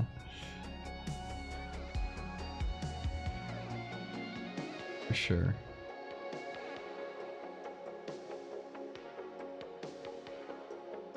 Go make dinner. Okay, big man. Have a good night. Thanks for coming in. We got a lot of ideas. Nice. Oh, this would be dependent on me finding it, because okay, currently there's a huge like transporting strike in Spain, so it's very hard to find stuff, especially like rarer stuff. But if I could find maybe a habanero pepper or something like that, like eating something really spicy could be quite funny. I love spicy stuff, so I've already eaten a whole habanero pepper, like in one go. It was extremely funny to everyone around me. For me, no, it was funny. It was funny.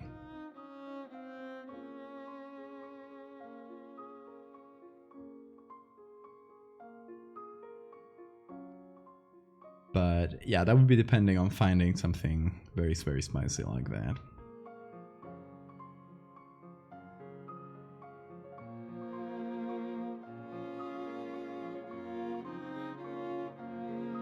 Supernatural events.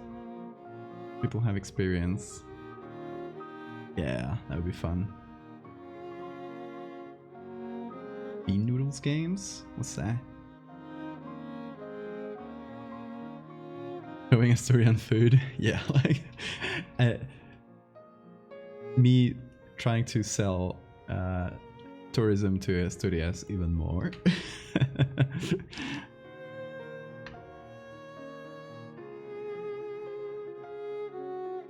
They should pay me. Real ghost stories. You made quesada. Hey, that's great. Quesada is so tasty. I'm glad you liked it. I love it. It reminds me of my grandma, because she always used to get us quesada.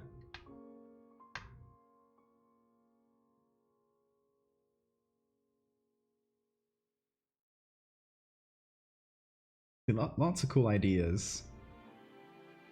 I still don't know exactly, like some of them will be just stuff I can do during the stream. Some of them can be goals that maybe I'd like turn 25 subs, I do creepypasta, or at 50 subs we do this and that. Something like that. Just to have some cool goals to put there.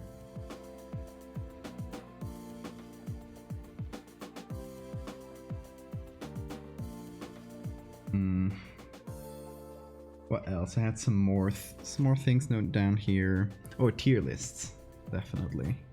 Horror creature tier list.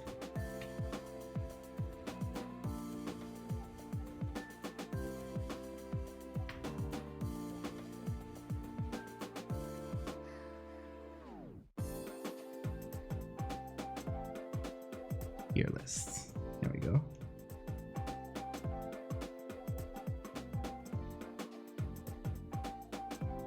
What else do we have? Chat create scripted. Oh, chat chooses the next emote. We'll still have some emote slots. Chooses next emotes.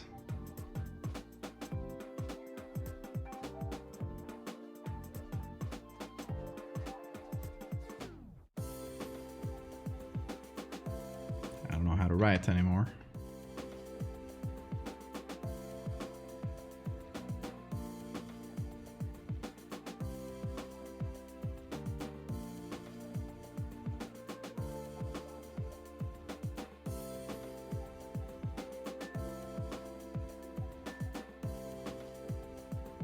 Oh, and you know, if we reach a million billion subs, I shave my beard. Because we're never gonna reach that.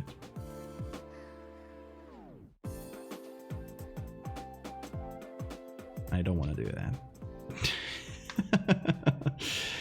At 1 million.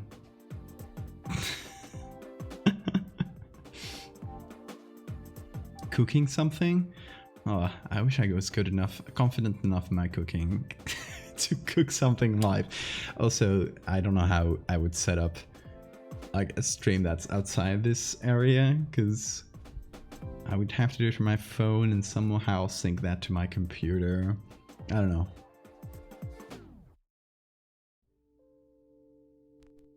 Don't know how I would do that.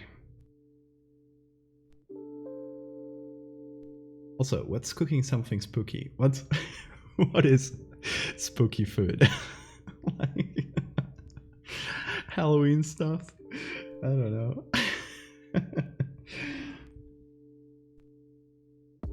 I want you guys to define spooky food.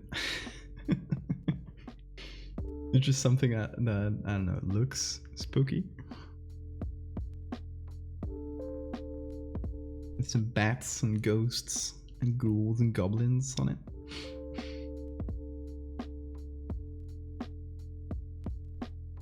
Oh yeah, we mentioned before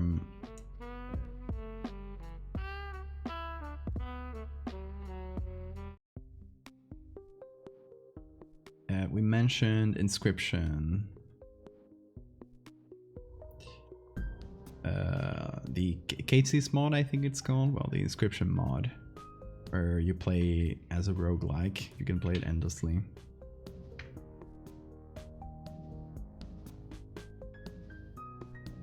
A book of cooking inspired by Lovecraft, really?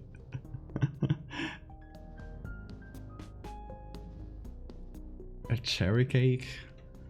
I'm not good enough to create a cake of any kind, I would say.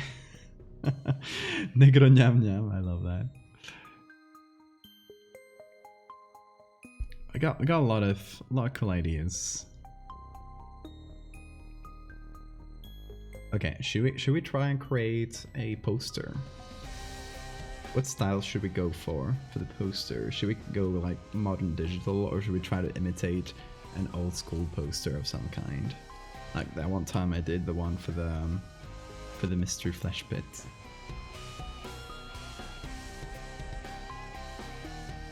One here. A brochure. A brochure for my stream. With all the details. Hey, it's Saint. How are you doing? I remember that you changed your name. A revamp of my current Twitch profile picture. Ooh, new profile picture.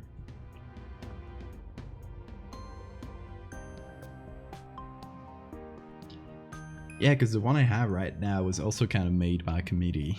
Well, it's kind of made live. Where I had a pre-existing picture and we just started adding bug features to it. That's fun. What else do we have? Make readings of creepypasta, giveaways. Yeah, I think all the ones I had noted down previously are here. Also, I got a bunch of indie games that we could play, like single player games.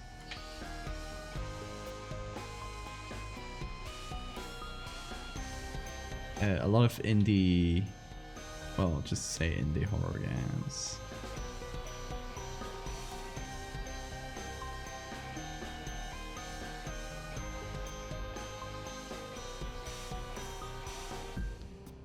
Here we go.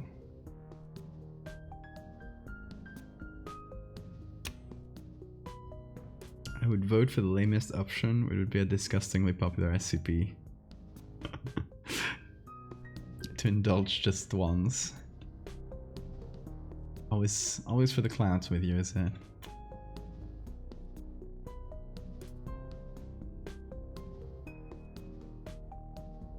You're thinking of flyers? Maybe you could take inspiration from the spiritual medium thingamajigs? What are those?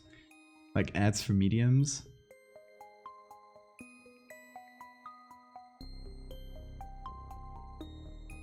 Oh, yeah, kind of like Walking with the Dead, that kind of vibe, you know.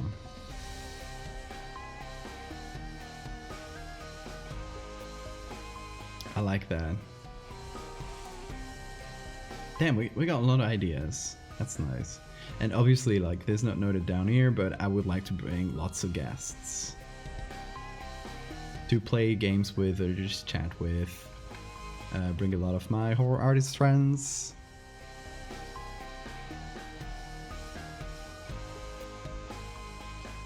That's important. Okay, should we try and make a flyer then? Get some paper textures to start with. Also, I think I need to change the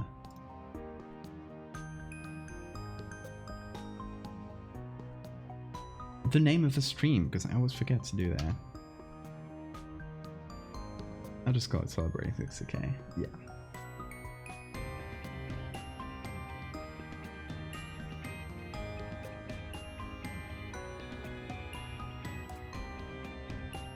Okay, paper texture.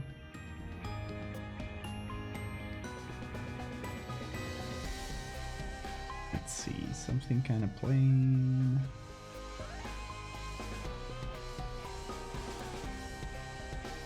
Is that, well, I guess this one has a bit of texture to it, but that's fine. That's good. Okay, nice. A bit wrinkly.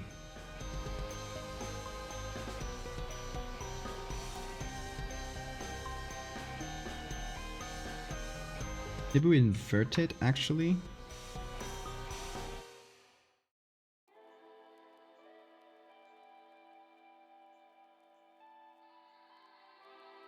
Have like a black paper base.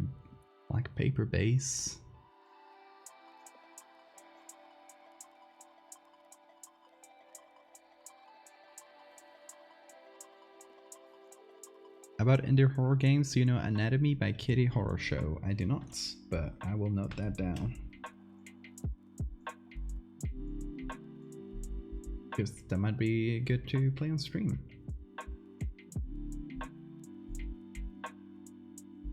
Kitty Horror Show. Yeah, I'll probably be asking for game suggestions on the server, just to have like a bunch. And obviously like a lot of art I would like to make. Yeah, you know, stuff people just suggest, maybe Megalomorpha, I'm working on a future series, that kind of stuff. Depends on how long it goes as well, like, depends on how much the timer goes up, and we might have to fill way more time or not as much. Because I have no idea like how this will go, honestly.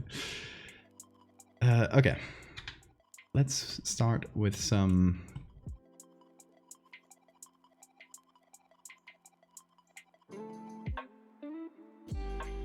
text, and let's choose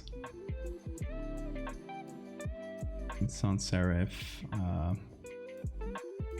Go for serif font. Something that I can do all caps.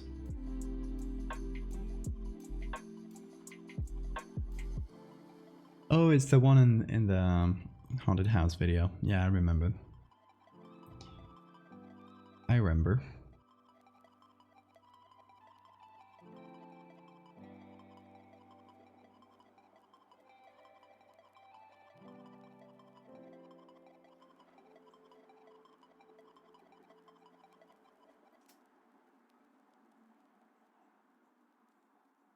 Let's see, how could we call this as a quirky name?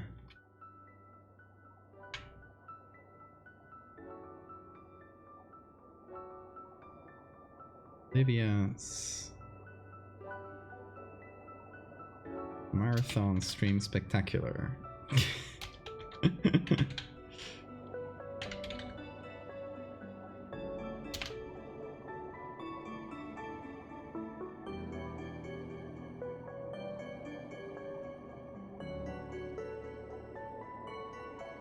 Now the fonts though. Maybe something a bit more.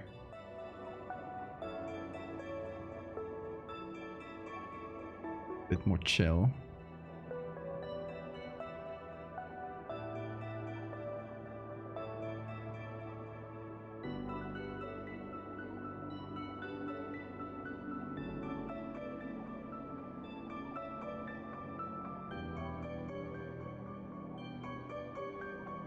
We do stand Jacob in this house. Romanga Senpai. Thank you for the follow.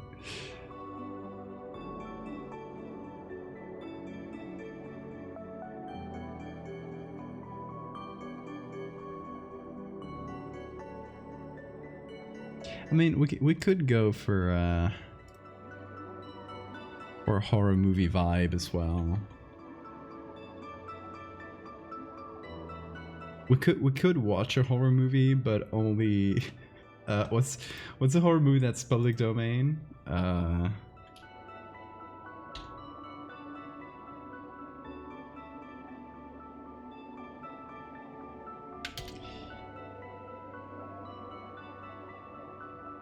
Is it oh, that's like God. Is it Night of the Living Dead? I think so. Or you can watch the whole movie on Wikipedia. Yeah. Yeah, we could potentially watch the full Night of the Living Dead movie because it's public domain because they forgot to copyright it, which is fantastic. It's a great excuse. Also, one of the only horror movies that we can like legally just watch.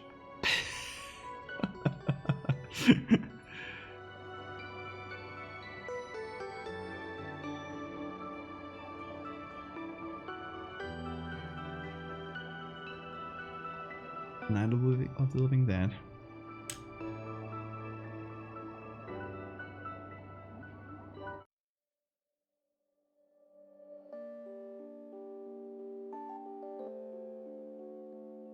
Okay, so what about something like this? This kind of font. I like this one.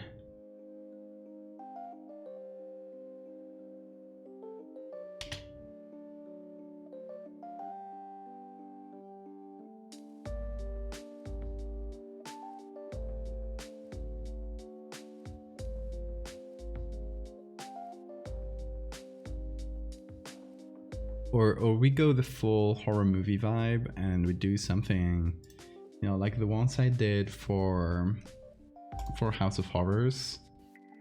I just make these kinds of posters. I love making these, they're very fun. But they're like straight up a horror movie poster, right? I try to go for that vibe.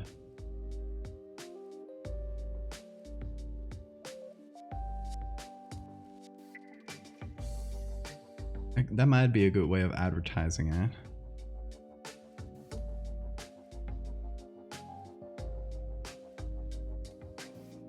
What do you guys think? I mean, we don't have the logo, which would be the easy way, because House of Horrors, we do have that. That logo, which is just really easy to add to get that vibe of it. Any Spanish horror movies in the public domain? Not that I know.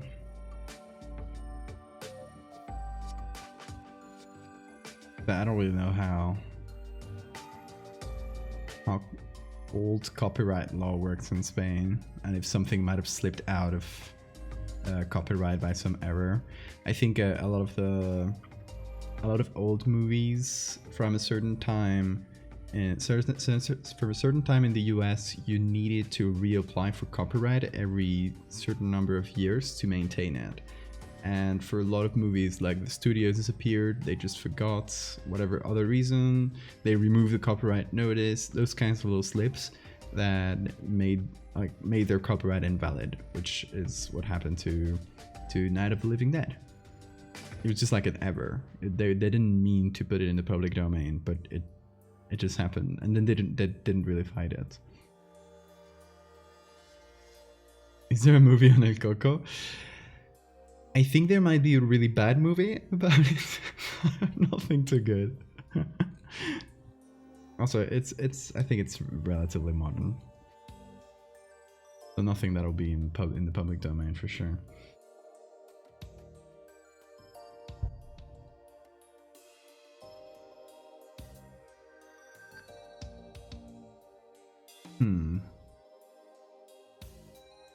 We could go for a more horror movie title vibe.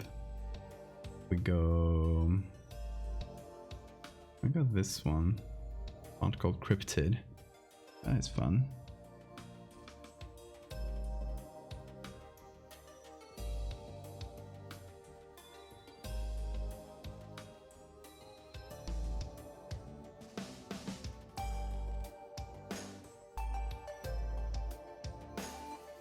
Yeah, these could work for titles. But if we go for horror title, it could be like Valdevia in The Longest Stream or something like that.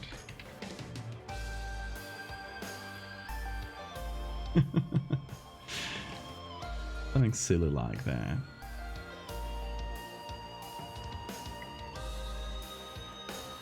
Oh damn, I forgot to, well, whatever.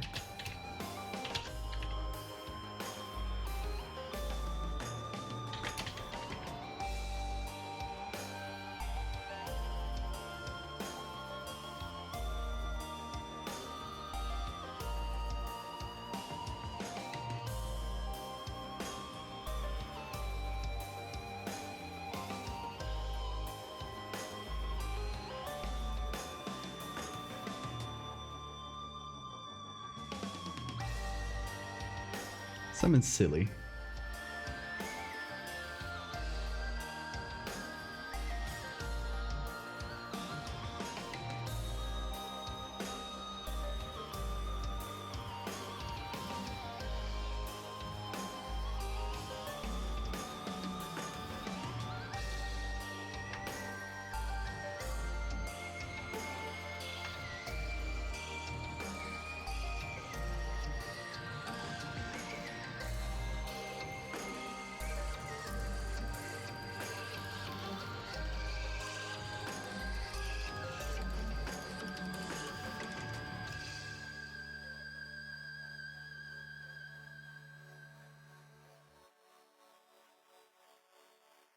Lots of movies in the Spanish movies in the public domain. Ooh, nice. Attack of the Super Monsters. Love that.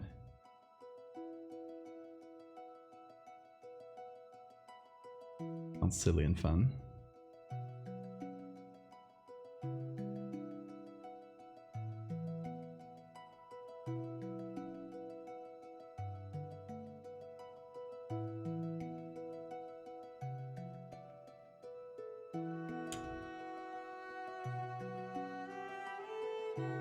So might be going for cheesy old horror movie, which is fun.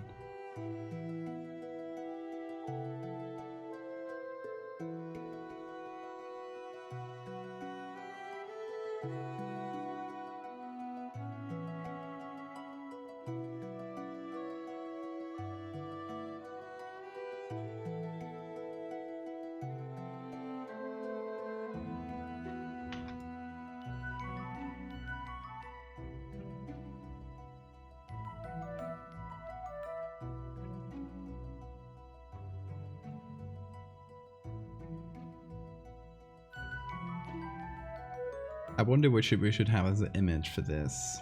Maybe we can take all my edits, but I wonder what.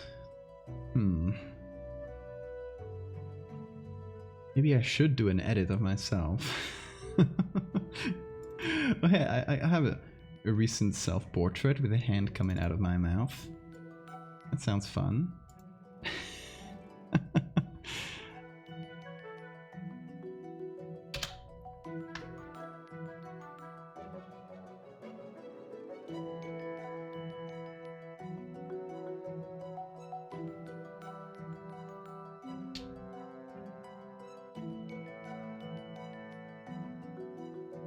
Funniest picture of a medium depicted.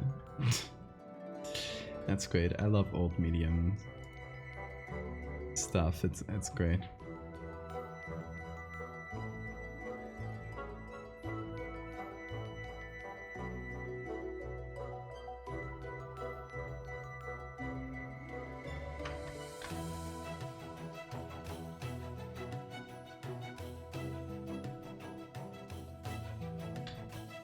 So here we could use this.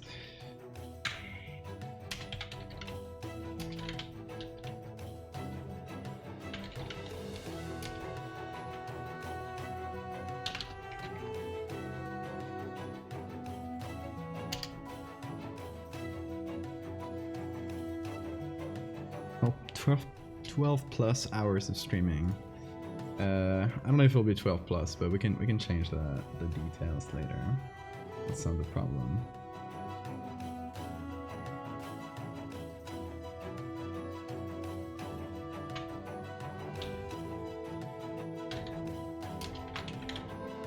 Party games with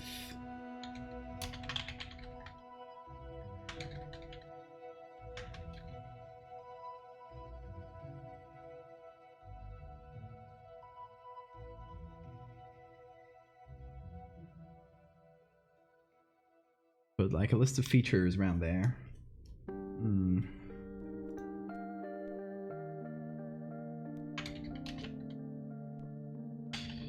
You create a cryptid. I draw it. I wouldn't draw it, but it gets the idea across. Serious suggestion, Among Us. I've never played Among Us. I only know about it through pure cultural osmosis. I don't know if it's fun or not. Are people still playing Among Us?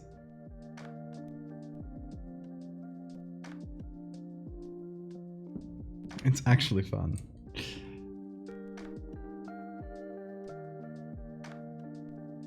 What else? Let's pull out the ideas.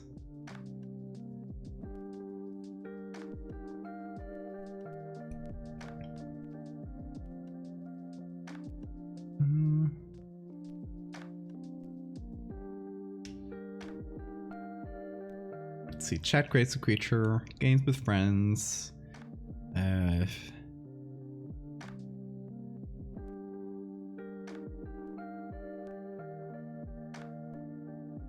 don't know what else.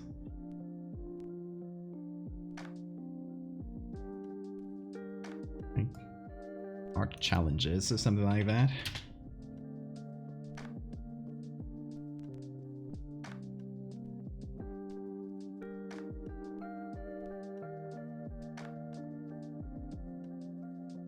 Sweet osmosis, yes.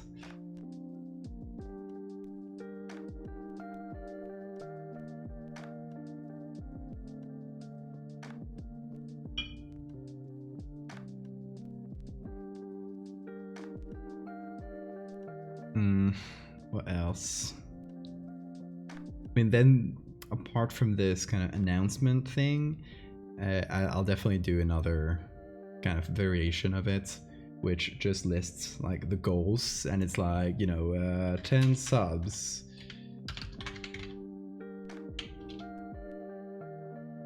And it's this, and 20 or I don't know, 20 or 25 subs. That. And just list like the objectives. But I'll probably do that in another image. Like this will just be the announcement.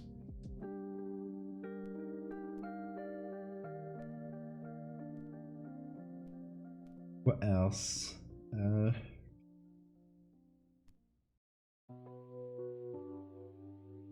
I put dramatic reading, creepypasta dramatic reading.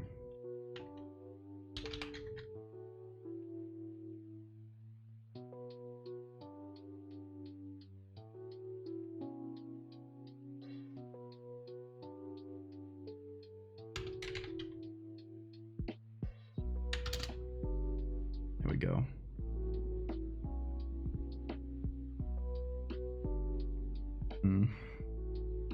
The other ones, which are the most fun ones to add to like the title to advertise this happening? Giveaways.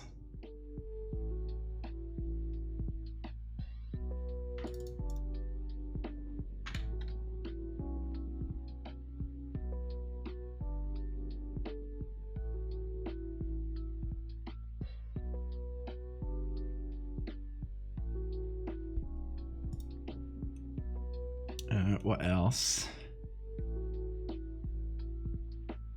My challenges were already put in there. Yeah, I think that covers all the main things, or at least all the main ideas I have so far for the stream. I still don't know exactly when I want it to happen, but I'm thinking either this weekend or the next one. Either of those, like starting Friday and going on into Saturday. That would be the idea. Like starting at about the regular hour or a bit before, because it's gonna be a long stream anyway. So maybe you can start like during the evening for me, because that way more European people will be able to get there instead of starting in the middle of the night like I usually do. That should, you know, bring some new folks in, I hope.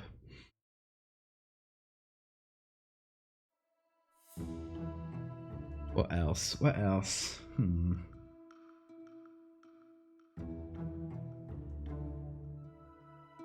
You guys during the stream should definitely choose whatever the new emote is gonna be. Maybe as one of the goals, one of the sub goals. Because I still have 2 emote slots to fill, and I think like 3 or 4 animated emotes, which are a new thing. We just have this one animated emote. If you missed it, here it is. It's very cute. It's Mothman saying hi.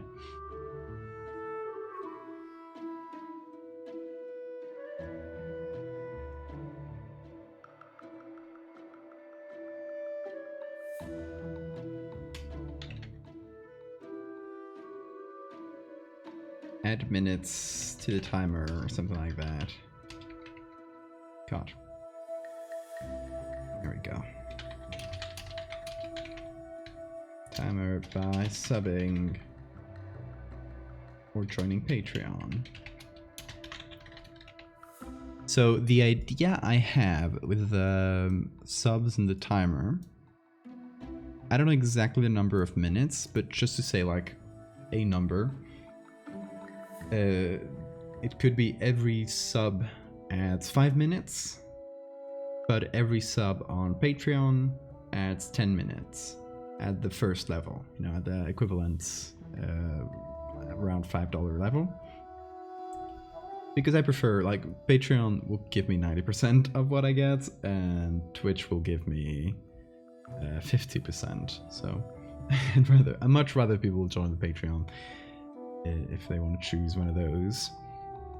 So, for example, it could be something like that, and maybe if you join and add other tiers on the Patreon, it's like it adds more for each tier. I don't know exactly how much, but be like, you know, 10 minutes for tier 1, 15 minutes for tier 2, those kinds of things. Which, by the way, everyone joining the Patreon next month, or like even if you join it this month and still keep it for the next one, if you are subbed during the next one, you will get a second extra postcard, which would be fun. Just a little extra one to show my thanks. And because I'm starting a new season of the storyline, if you've seen that I send postcards on my Patreon, they actually have a little storyline going behind them. So it's starting like a new a new storyline, so to speak, with like new characters and new stuff. So since it's going to be starting from a new spot, I feel like it's a good point for people to jump in. So it's like a little incentive. And also, since the month starts when I'll be doing the stream, it's also, you know, it'll also be a nice way to get people into the stream. Will be a nice way to get people into the Patreon. I hope, at least. Those are my hopes. Let's see if they pan out. But and again, if you missed it before, the idea is that I'm raising money for moving, because I'm moving all across the country in less than 2 months now. So yeah, I'm gonna need the funds for that.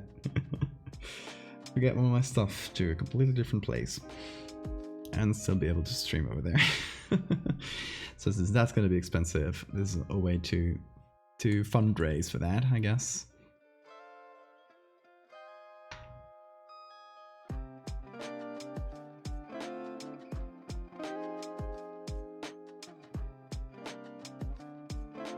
But yeah, what else could we add here?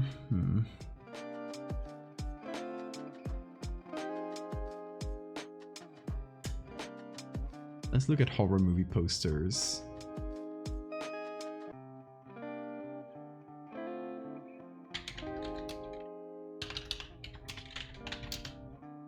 Poster. There we go.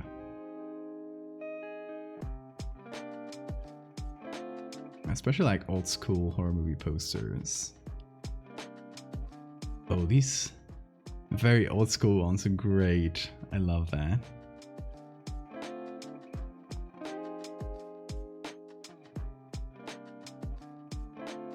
Like 70s horror movie posters. Oh, has anyone seen Phantasm? It's such a good movie. You guys have better seen it.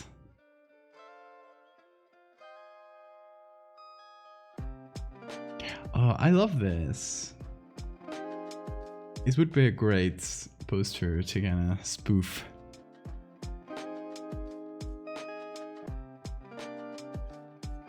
It's also like great design. I love it with a cut in the middle.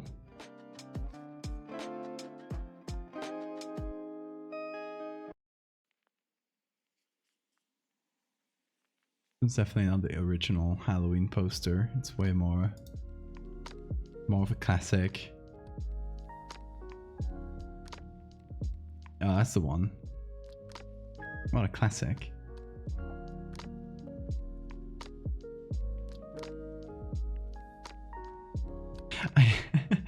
Something I hate for movie posters is skulls with human eyes.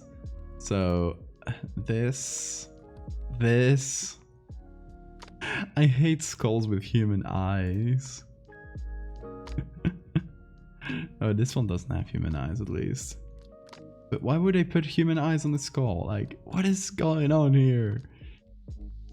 Like, it's like a soft transition too. It's not just a skull and there's eyes in it. It has skin around the eyes, which doesn't make sense because it's a skull.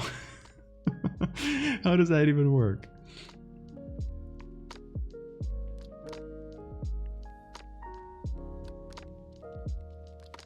The Exorcist is a great poster.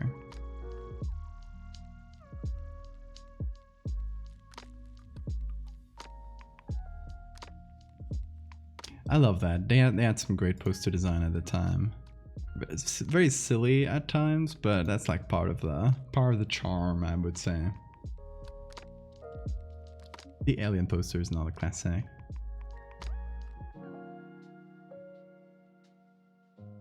So I mean, this could honestly, hold on, this face with a hand could honestly work for that sort of aesthetic.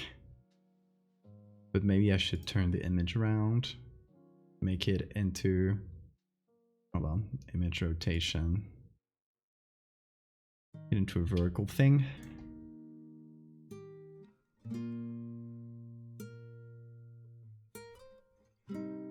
Hold on, except for this. There we go. I don't know, should we go full on horror movie poster aesthetic.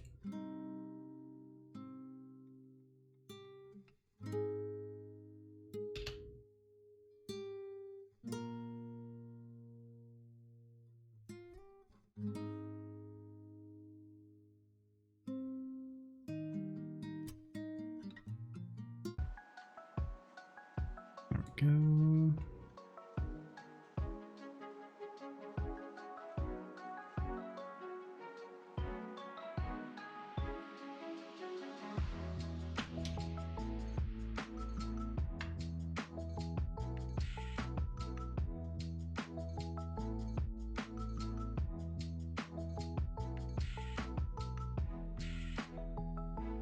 And all this can go in at the bottom if I do that.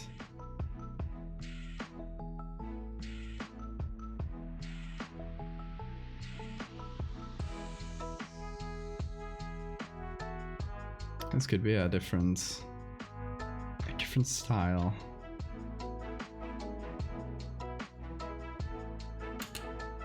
It's still like a lot of info to put into a simple poster, unfortunately, but I would still like to have like a few selling points to the whole thing.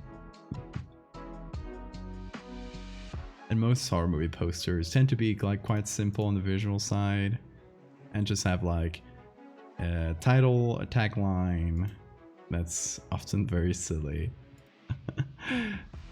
And then just a big image. That's just like the selling point of the whole movie.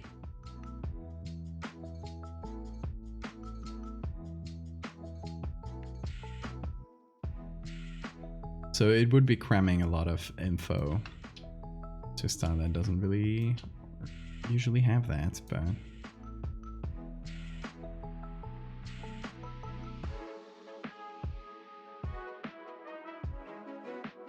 I still think it's a cool aesthetic.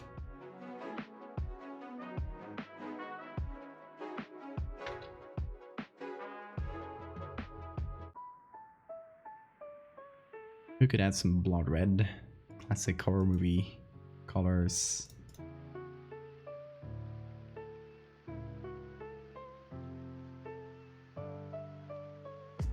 A bit of stroke around it.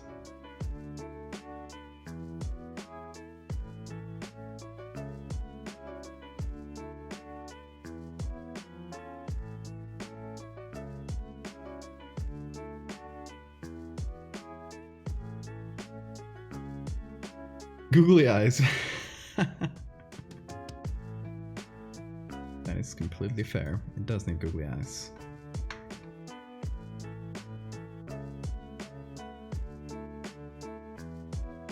It's gonna look very silly with googly eyes. I love it. Perfect.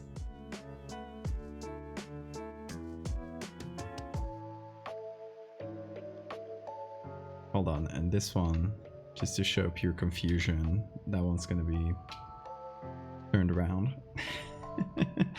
Teach me a word in Spanish. Would be a good word to teach here. Oh, cave paintings. You know how we call cave paintings in Spain. We call them pinturas, which is painting.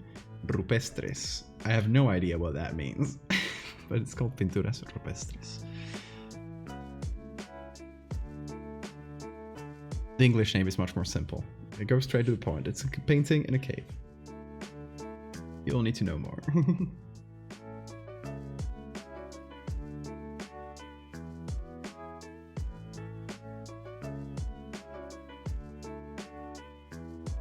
Let's see, maybe we should change the colors in that. Or add colors to that face hand thing. I could probably pull out the original. The googly eyes are very important. The most important, I would say.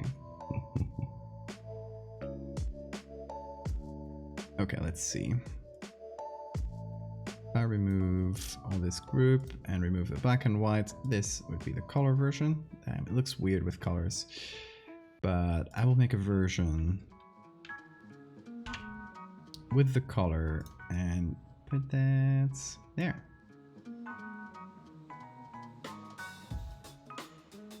And put it on top as a color layer.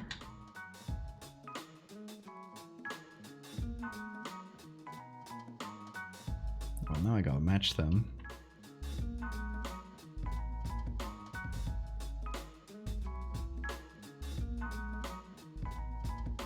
There we go.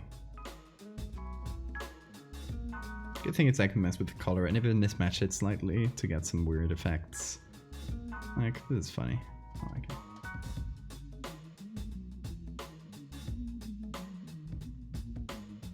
Comes from the Latin word for rock. That makes sense, yeah. That tracks.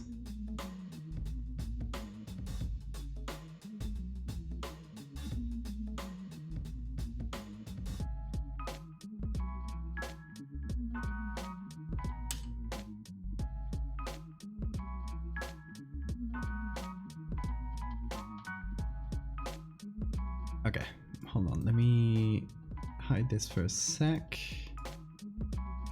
Does that work? Yeah. Because I want to make it look a bit more like a drawing on a poster, which were sometimes, you know, they were usually based on images. But we can probably achieve a look that looks a bit more like this, that looks a bit more painterly, I guess. So let's take this, group it. Of course, gonna be on screen still.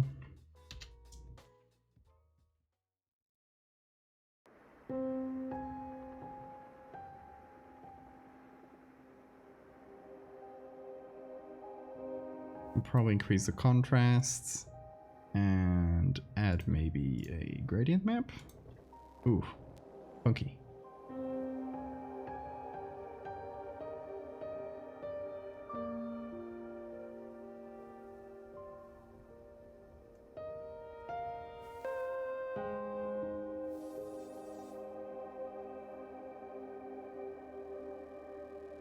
Let's see, what kind of color? Actually, just take some of the original colors from the face.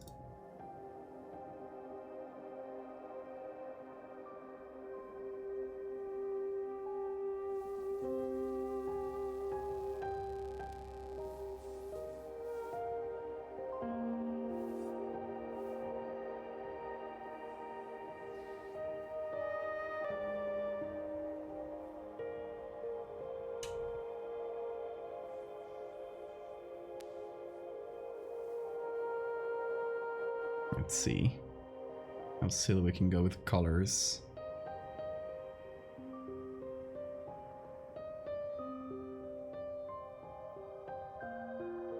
Yeah, why not?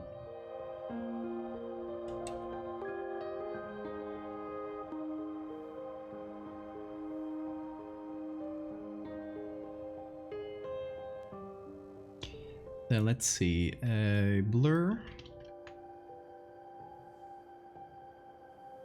About 2 followed by smart sharpen of a bit more than that. I think I might need more blur though, because it's getting the pores. That's what I wanted to remove. Let's see, gotta give it a sec.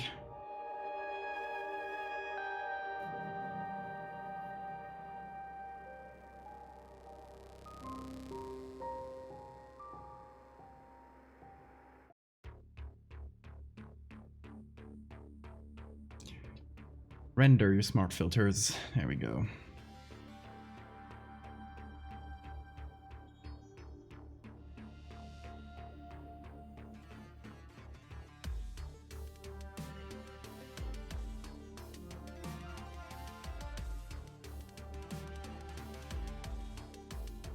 Let me pull out the whites a little bit more. Now we gotta give it a second to re-render all those filters, which is silly of me.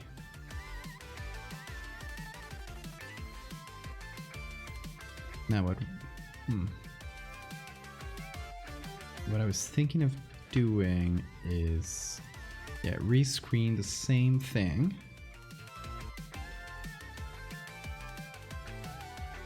But with a big blur and just apply that to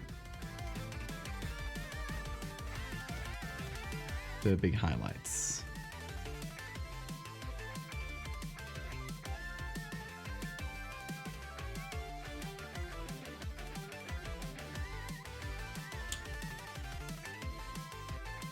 I don't know, might look a bit more painterly, I don't know exactly what else to do for that vibe, but it does help a bit.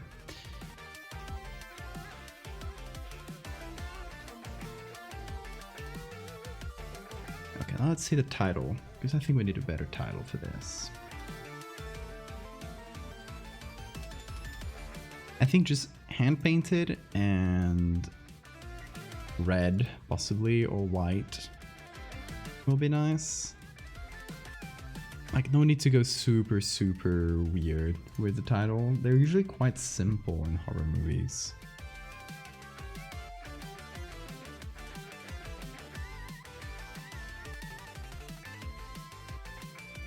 So let's see. Should we go for the longest stream as the... It does sound like horror movie-ish. What do you guys think?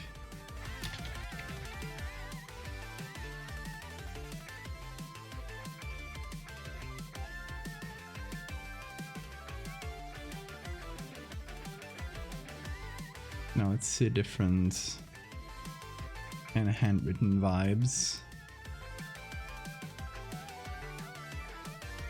Yeah, not that good. Hold on. I think we could go to Adobe Fonts. Give me a second, because I probably have to log in there. It's very annoying. But the Valdeviation.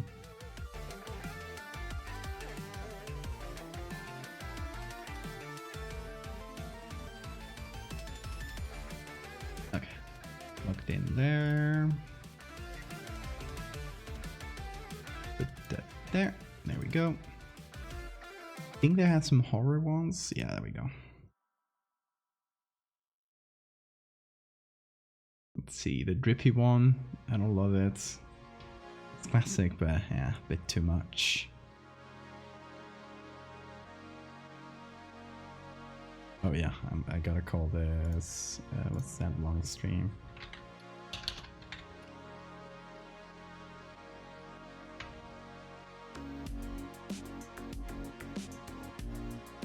Let's see, hey, we already have that one.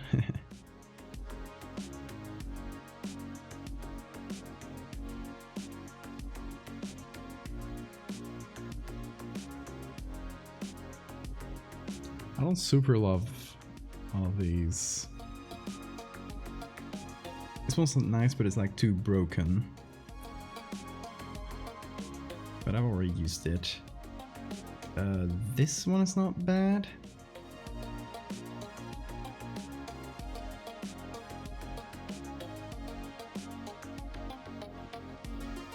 Give that a try.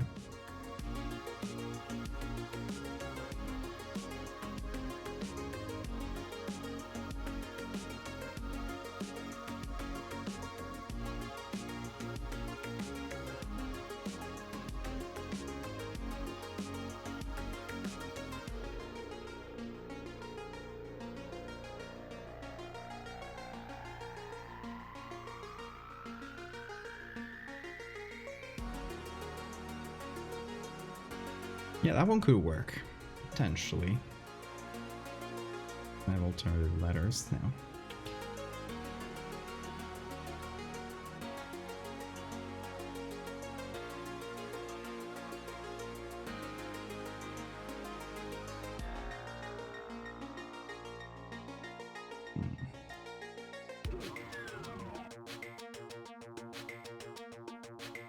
I mean, potentially this kind of lettering could work as well. Halloween is very simple.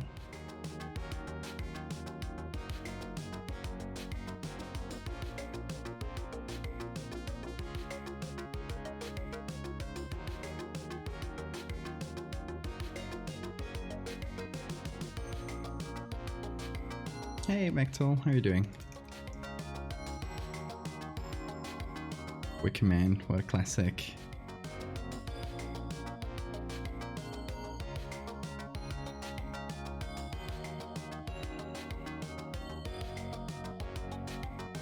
Need something a bit more bold than this then. Oh, I just kind of messed it up by stretching it though.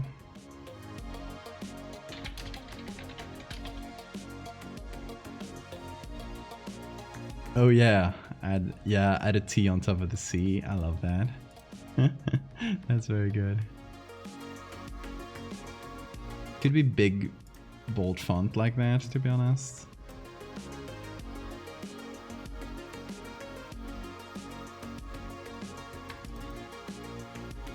Something a bit thicker than this.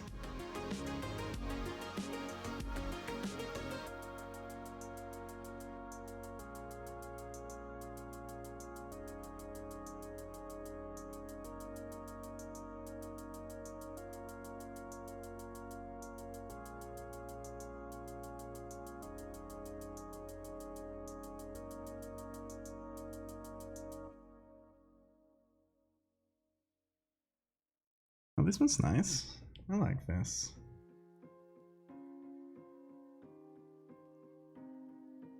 Yeah, I could definitely...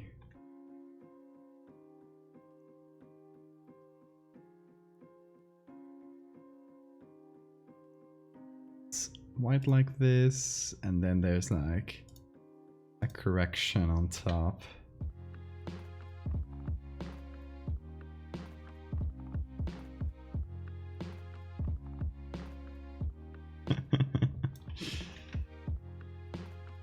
Or maybe that can be handwritten.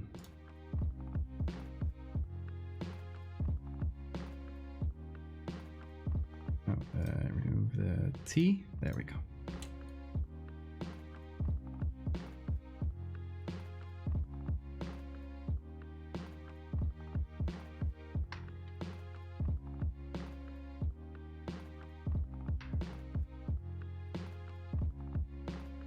Maybe there's some scratching on the C like that, and then on top.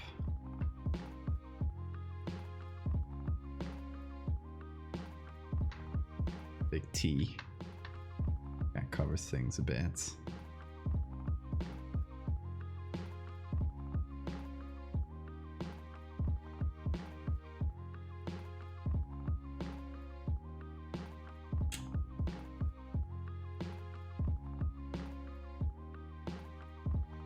That's fun. That's a good idea, y'all.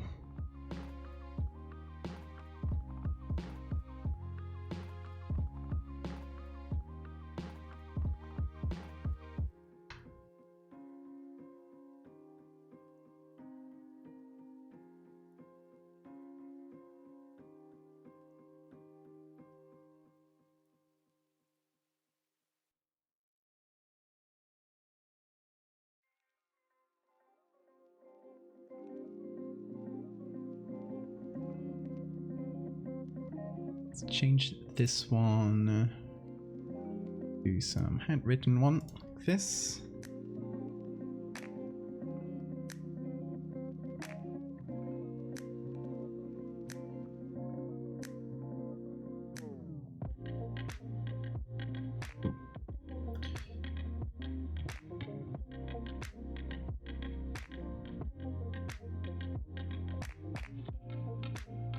And maybe all of these little things, they get added to the, you know, the text block that's in the bottom of every poster.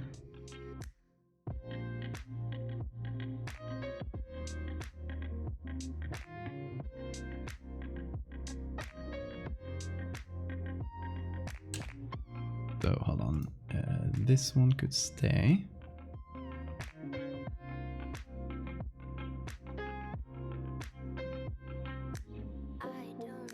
And here we just choose a serif.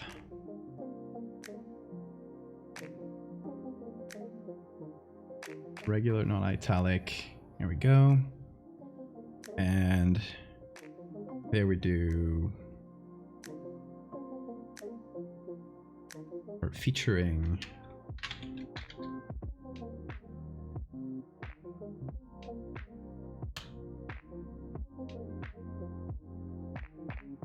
Oh yeah, maybe it can be like the actors.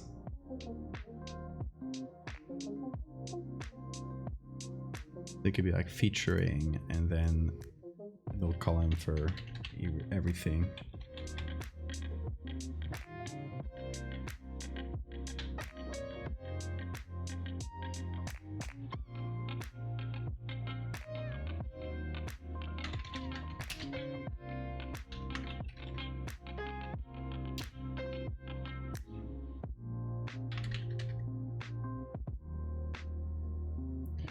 Purchase games.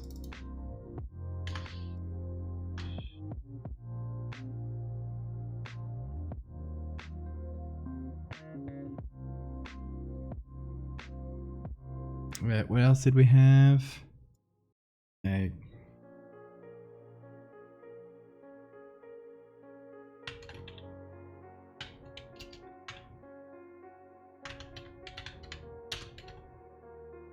Chat create scripted. I'll try to abbreviate a lot of these.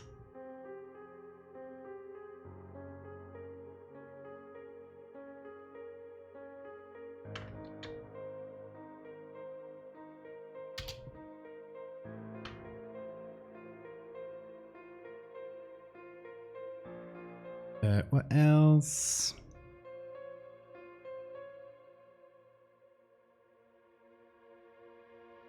Yeah, challenges, something like that.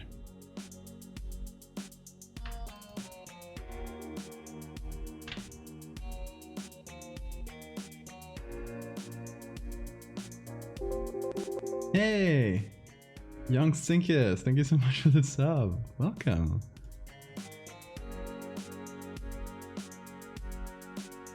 You're here before the streamathon, but I'll be sure to add your minutes anyway. Now that'll happen. I still don't know when that'll happen. But you're getting in on the ground floor. I love that.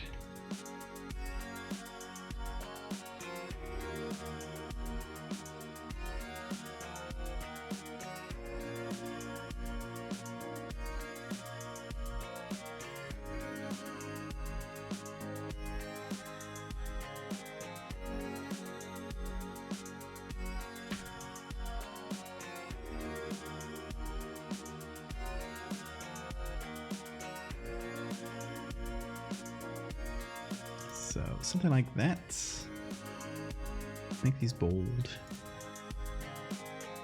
For a bit more visibility. You jumped the gun. No, you didn't. It is very appreciated.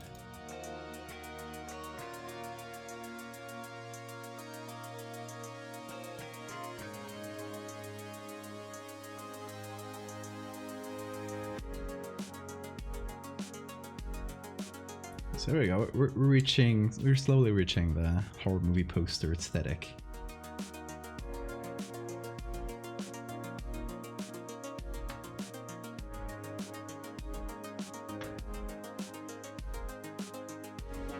Well, I'm sure. I sure am glad that I have this creepy edit of myself to use instead of having to make one. That sure helps. Oh, it had a lot of edits, so now, okay, that took a while, but you got there. You got there. Let's see, anything else we can take from old horror movies? Oh, I guess a white outline? Yeah, a lot of them did that.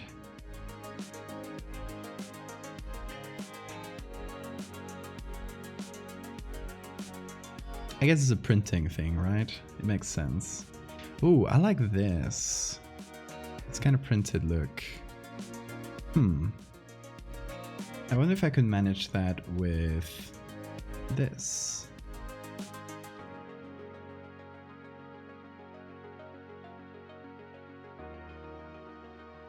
We do a copy of the group and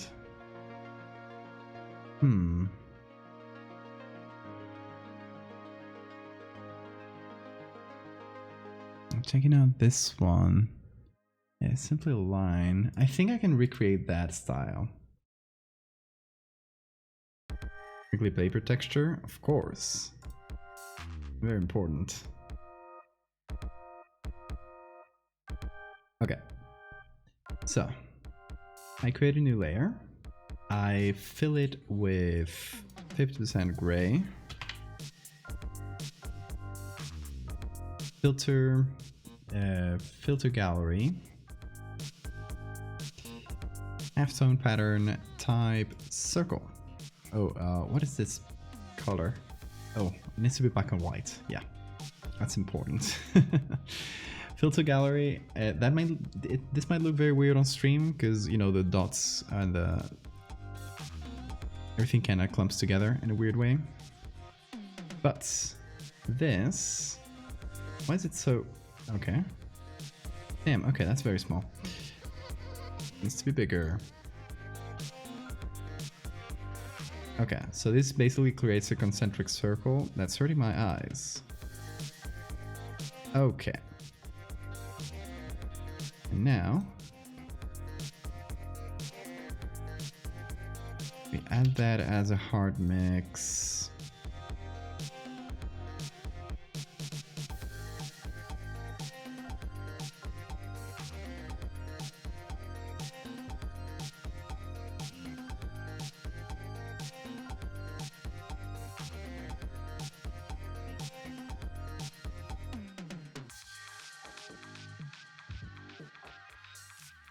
Now let me see if I can manage to make this look good, actually. I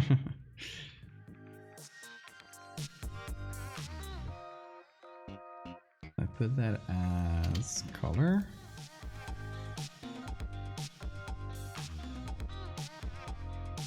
It's here, I'll desaturate.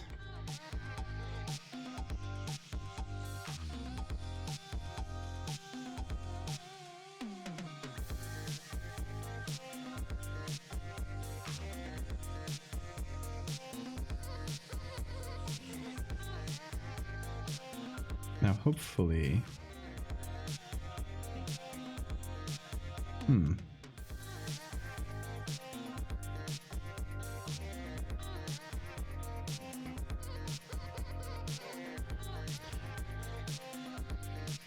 Yeah, it's weird that this hard mix doesn't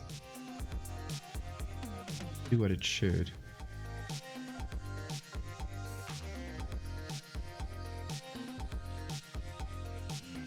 It's getting all sorts messed up.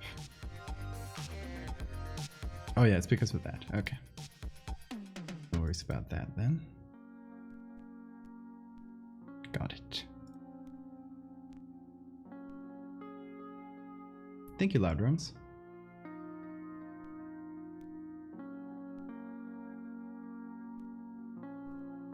You just had this lying around. What do you mean? I always have some tricks up my sleeve lying around. Of course I do. Oh, here might be the trick. Instead of putting this on the screen, I could put it on normal.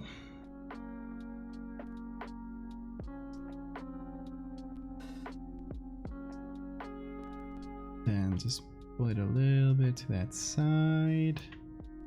Do this. And then do that. There we go.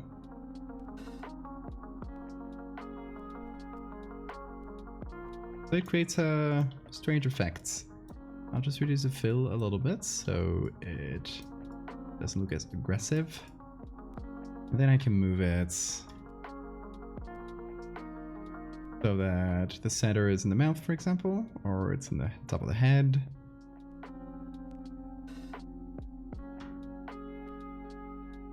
No, it's the longest scream originally, right? So it should be in the mouth.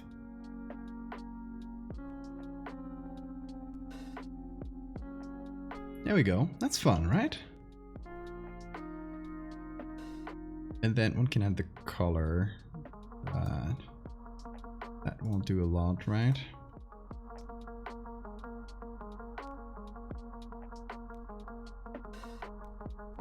I mean, I can add this in a way that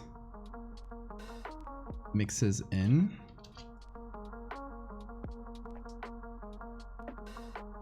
Like so.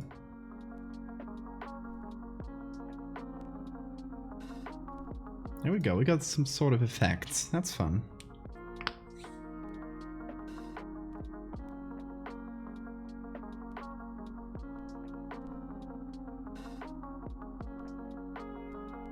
Still wondering if this will work better with another type of font.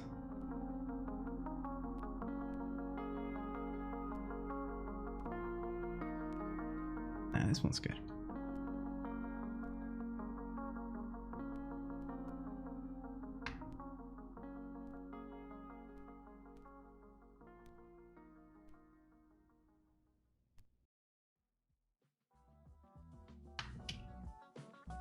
I need to leave some space for the date.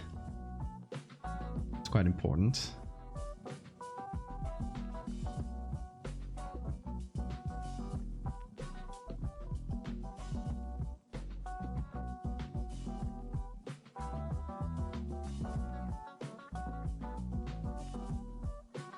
Okay, what I could do right now is add that paper texture now on top of everything.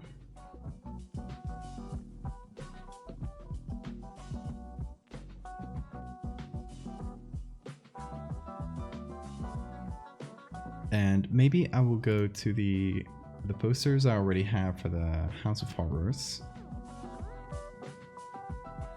I'll get the last one, for example, the one I did for Jenna's stream. And I'll move over some of the little textures and stuff from there.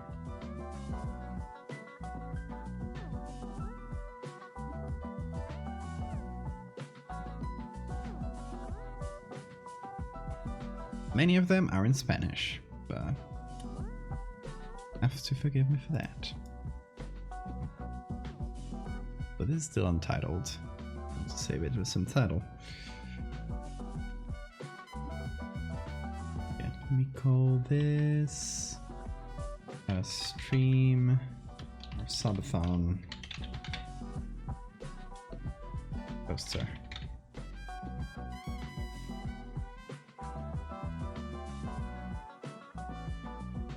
There it goes.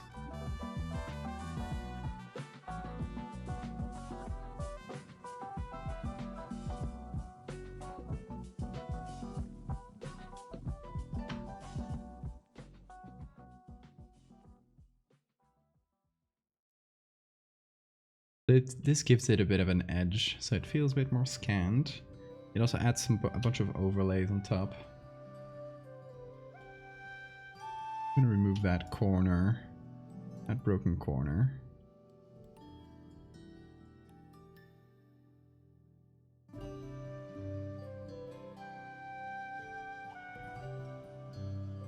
This one adds a bunch of little specks of dust, which is nice.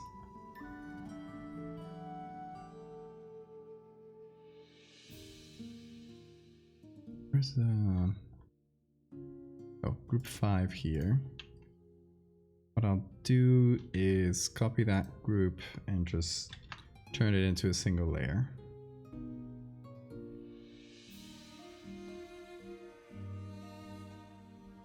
Oh, it's taking a second to copy that group. I guess it has very heavy stuff. It'll take a sec, I guess. Wants to. There it is. It'll get there.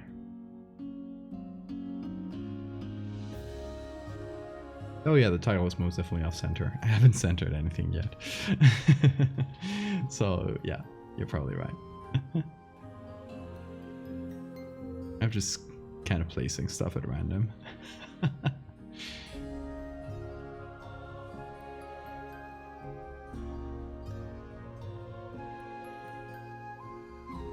We can check that real quick. I'll probably make the title smaller anyway, because it's taking pretty much the entire length.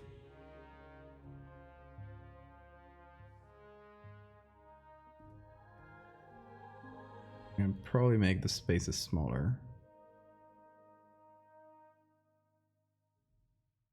98.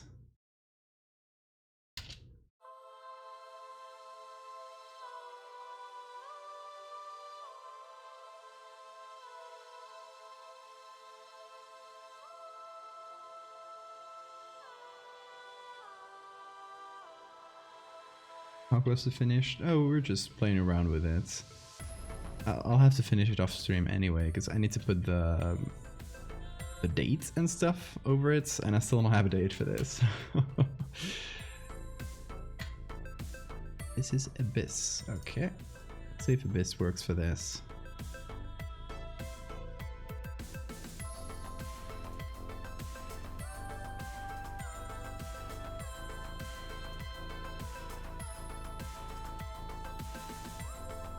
Yeah, Abyss works well. It's quite readable. Not so much at this small size, though.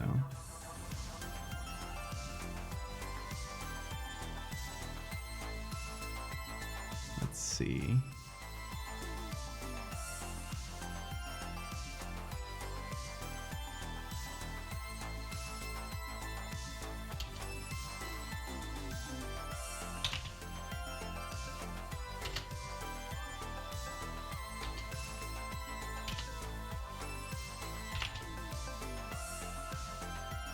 That's a bit better.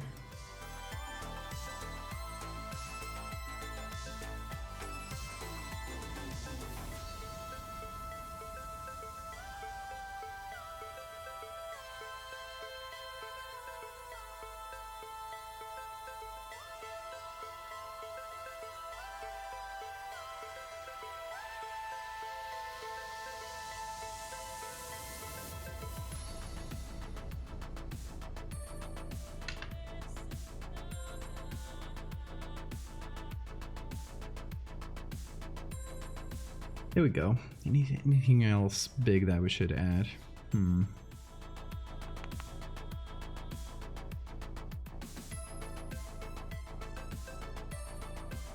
Yes. How big is this document? It's 6,000, 4,000? Yeah, that's my usual size. Might be a bit tall for social media though. So what I could do is kind of cut it a bit closer. Oh, googly! I forgot. It already had googly eyes. Maxwell, I'm gonna refund you unless you want to add anything to the googly eyes. Because I had removed them to make that effect.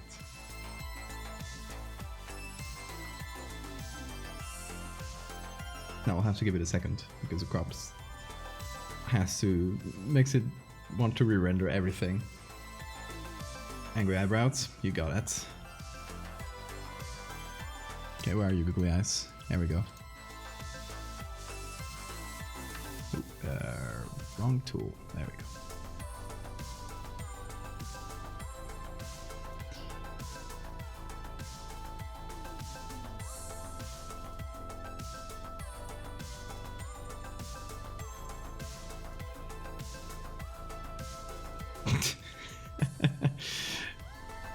Incredible.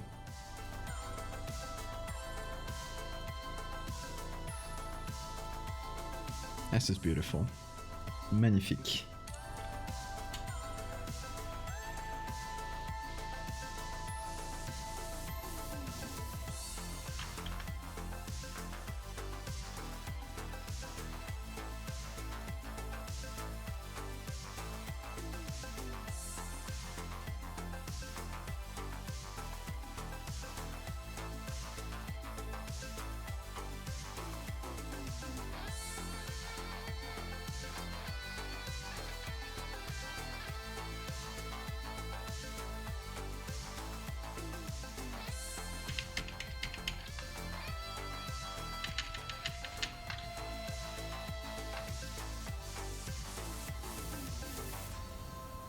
I love how all the paper effects get added, and now this feels like it's part of the composition.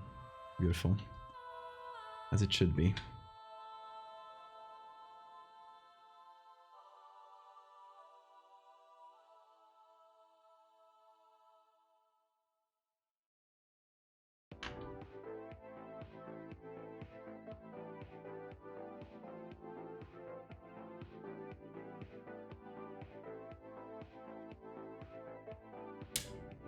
can probably make this a bit more Twitch or Patreon.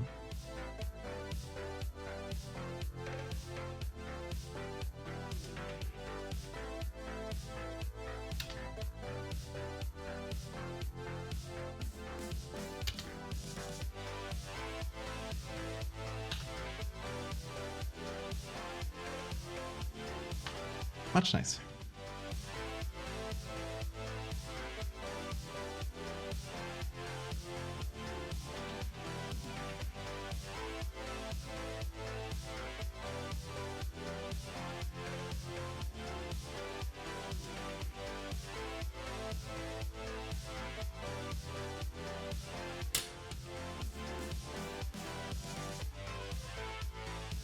Okay, I think we got a base poster. Obviously, I'll have to edit it with whatever else I add on top. And obviously the date, which I still don't know when it's going to be. But it's probably going to be either this Friday or the next one. So, or this weekend or the next one. So look forward to that.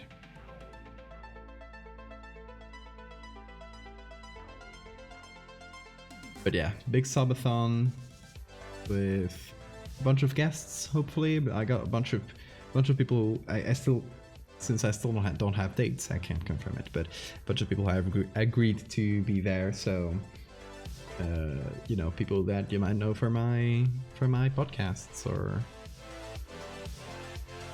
friends from Twitter in general, and playing some games. We'll be doing some art. Yeah, cool, fun stuff. Lispy Cat, thank you for the follow. So let me hide that. And if you guys missed it, we did this in the beginning of the stream.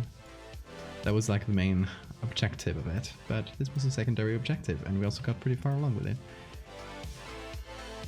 But yeah, slightly short stream, but I think it's gonna be made up by a long shot, by the super long stream that we might have this weekend. So I think it's justified.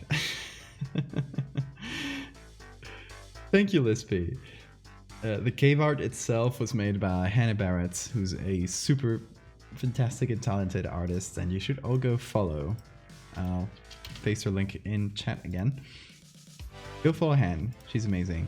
And this one will probably be posted to her account as well.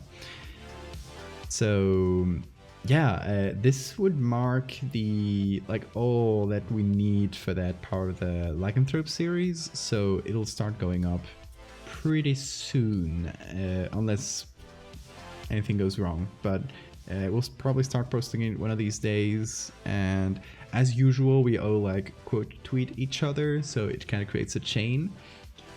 So we'll be posting on alternate days, so that we don't repeat each other. So it's going to be like one after the other. We'll have to figure out the order and stuff, but it shouldn't be too hard. So that's the only thing we have left to do. Yeah, Lycanthropy arts, we got that, and we got a big stream coming very, very soon. I'm excited and slightly scared because it's a lot. It's gonna be a lot of hours, but I'm hopeful people will like it, and hopefully I'll be able to fund my move across the country, because that's a bit scary as well. But here's hoping it goes right, and I'll definitely be asking Oki and other streamers who have done this similar things for advice, and during the stream, I'll try to take frequent breaks and stuff, because it might go it might go on for up to 24 hours. So depending on how hyped people are, which is a bit scary, but hopefully we'll find ways to fill up all that time with fun stuff. I think we got a lot of ideas noted down, so at least we won't run out of ideas. Also, for those that missed it before, finally got my book, or the book I made the cover for. I didn't write this book. I love how it looks, and it's great. If you guys You guys should really check it out. It's a full of fantastic short surreal stories. So I'll also put up a link to that in chat. That's my portfolio link to that, but if you go to the bottom, you'll find the Amazon link.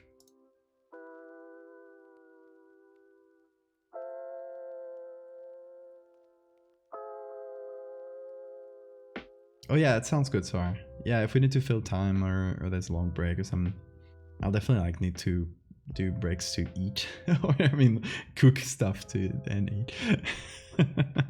I don't think I'll be doing a mukbang on here, but I'll probably cook some. I'll probably leave some stuff pre-cooked, so I just have to hit it up and. See, it requires planning. Gotta think about stuff. So yeah, guys, thank you so much. It's been a fun stream, and we got a couple of fun things done. Let's see if anyone cool is up for raiding. Not that I know. Yeah, let's leave it at that then. Come out at some point as a vampire, Valdevia. If we get enough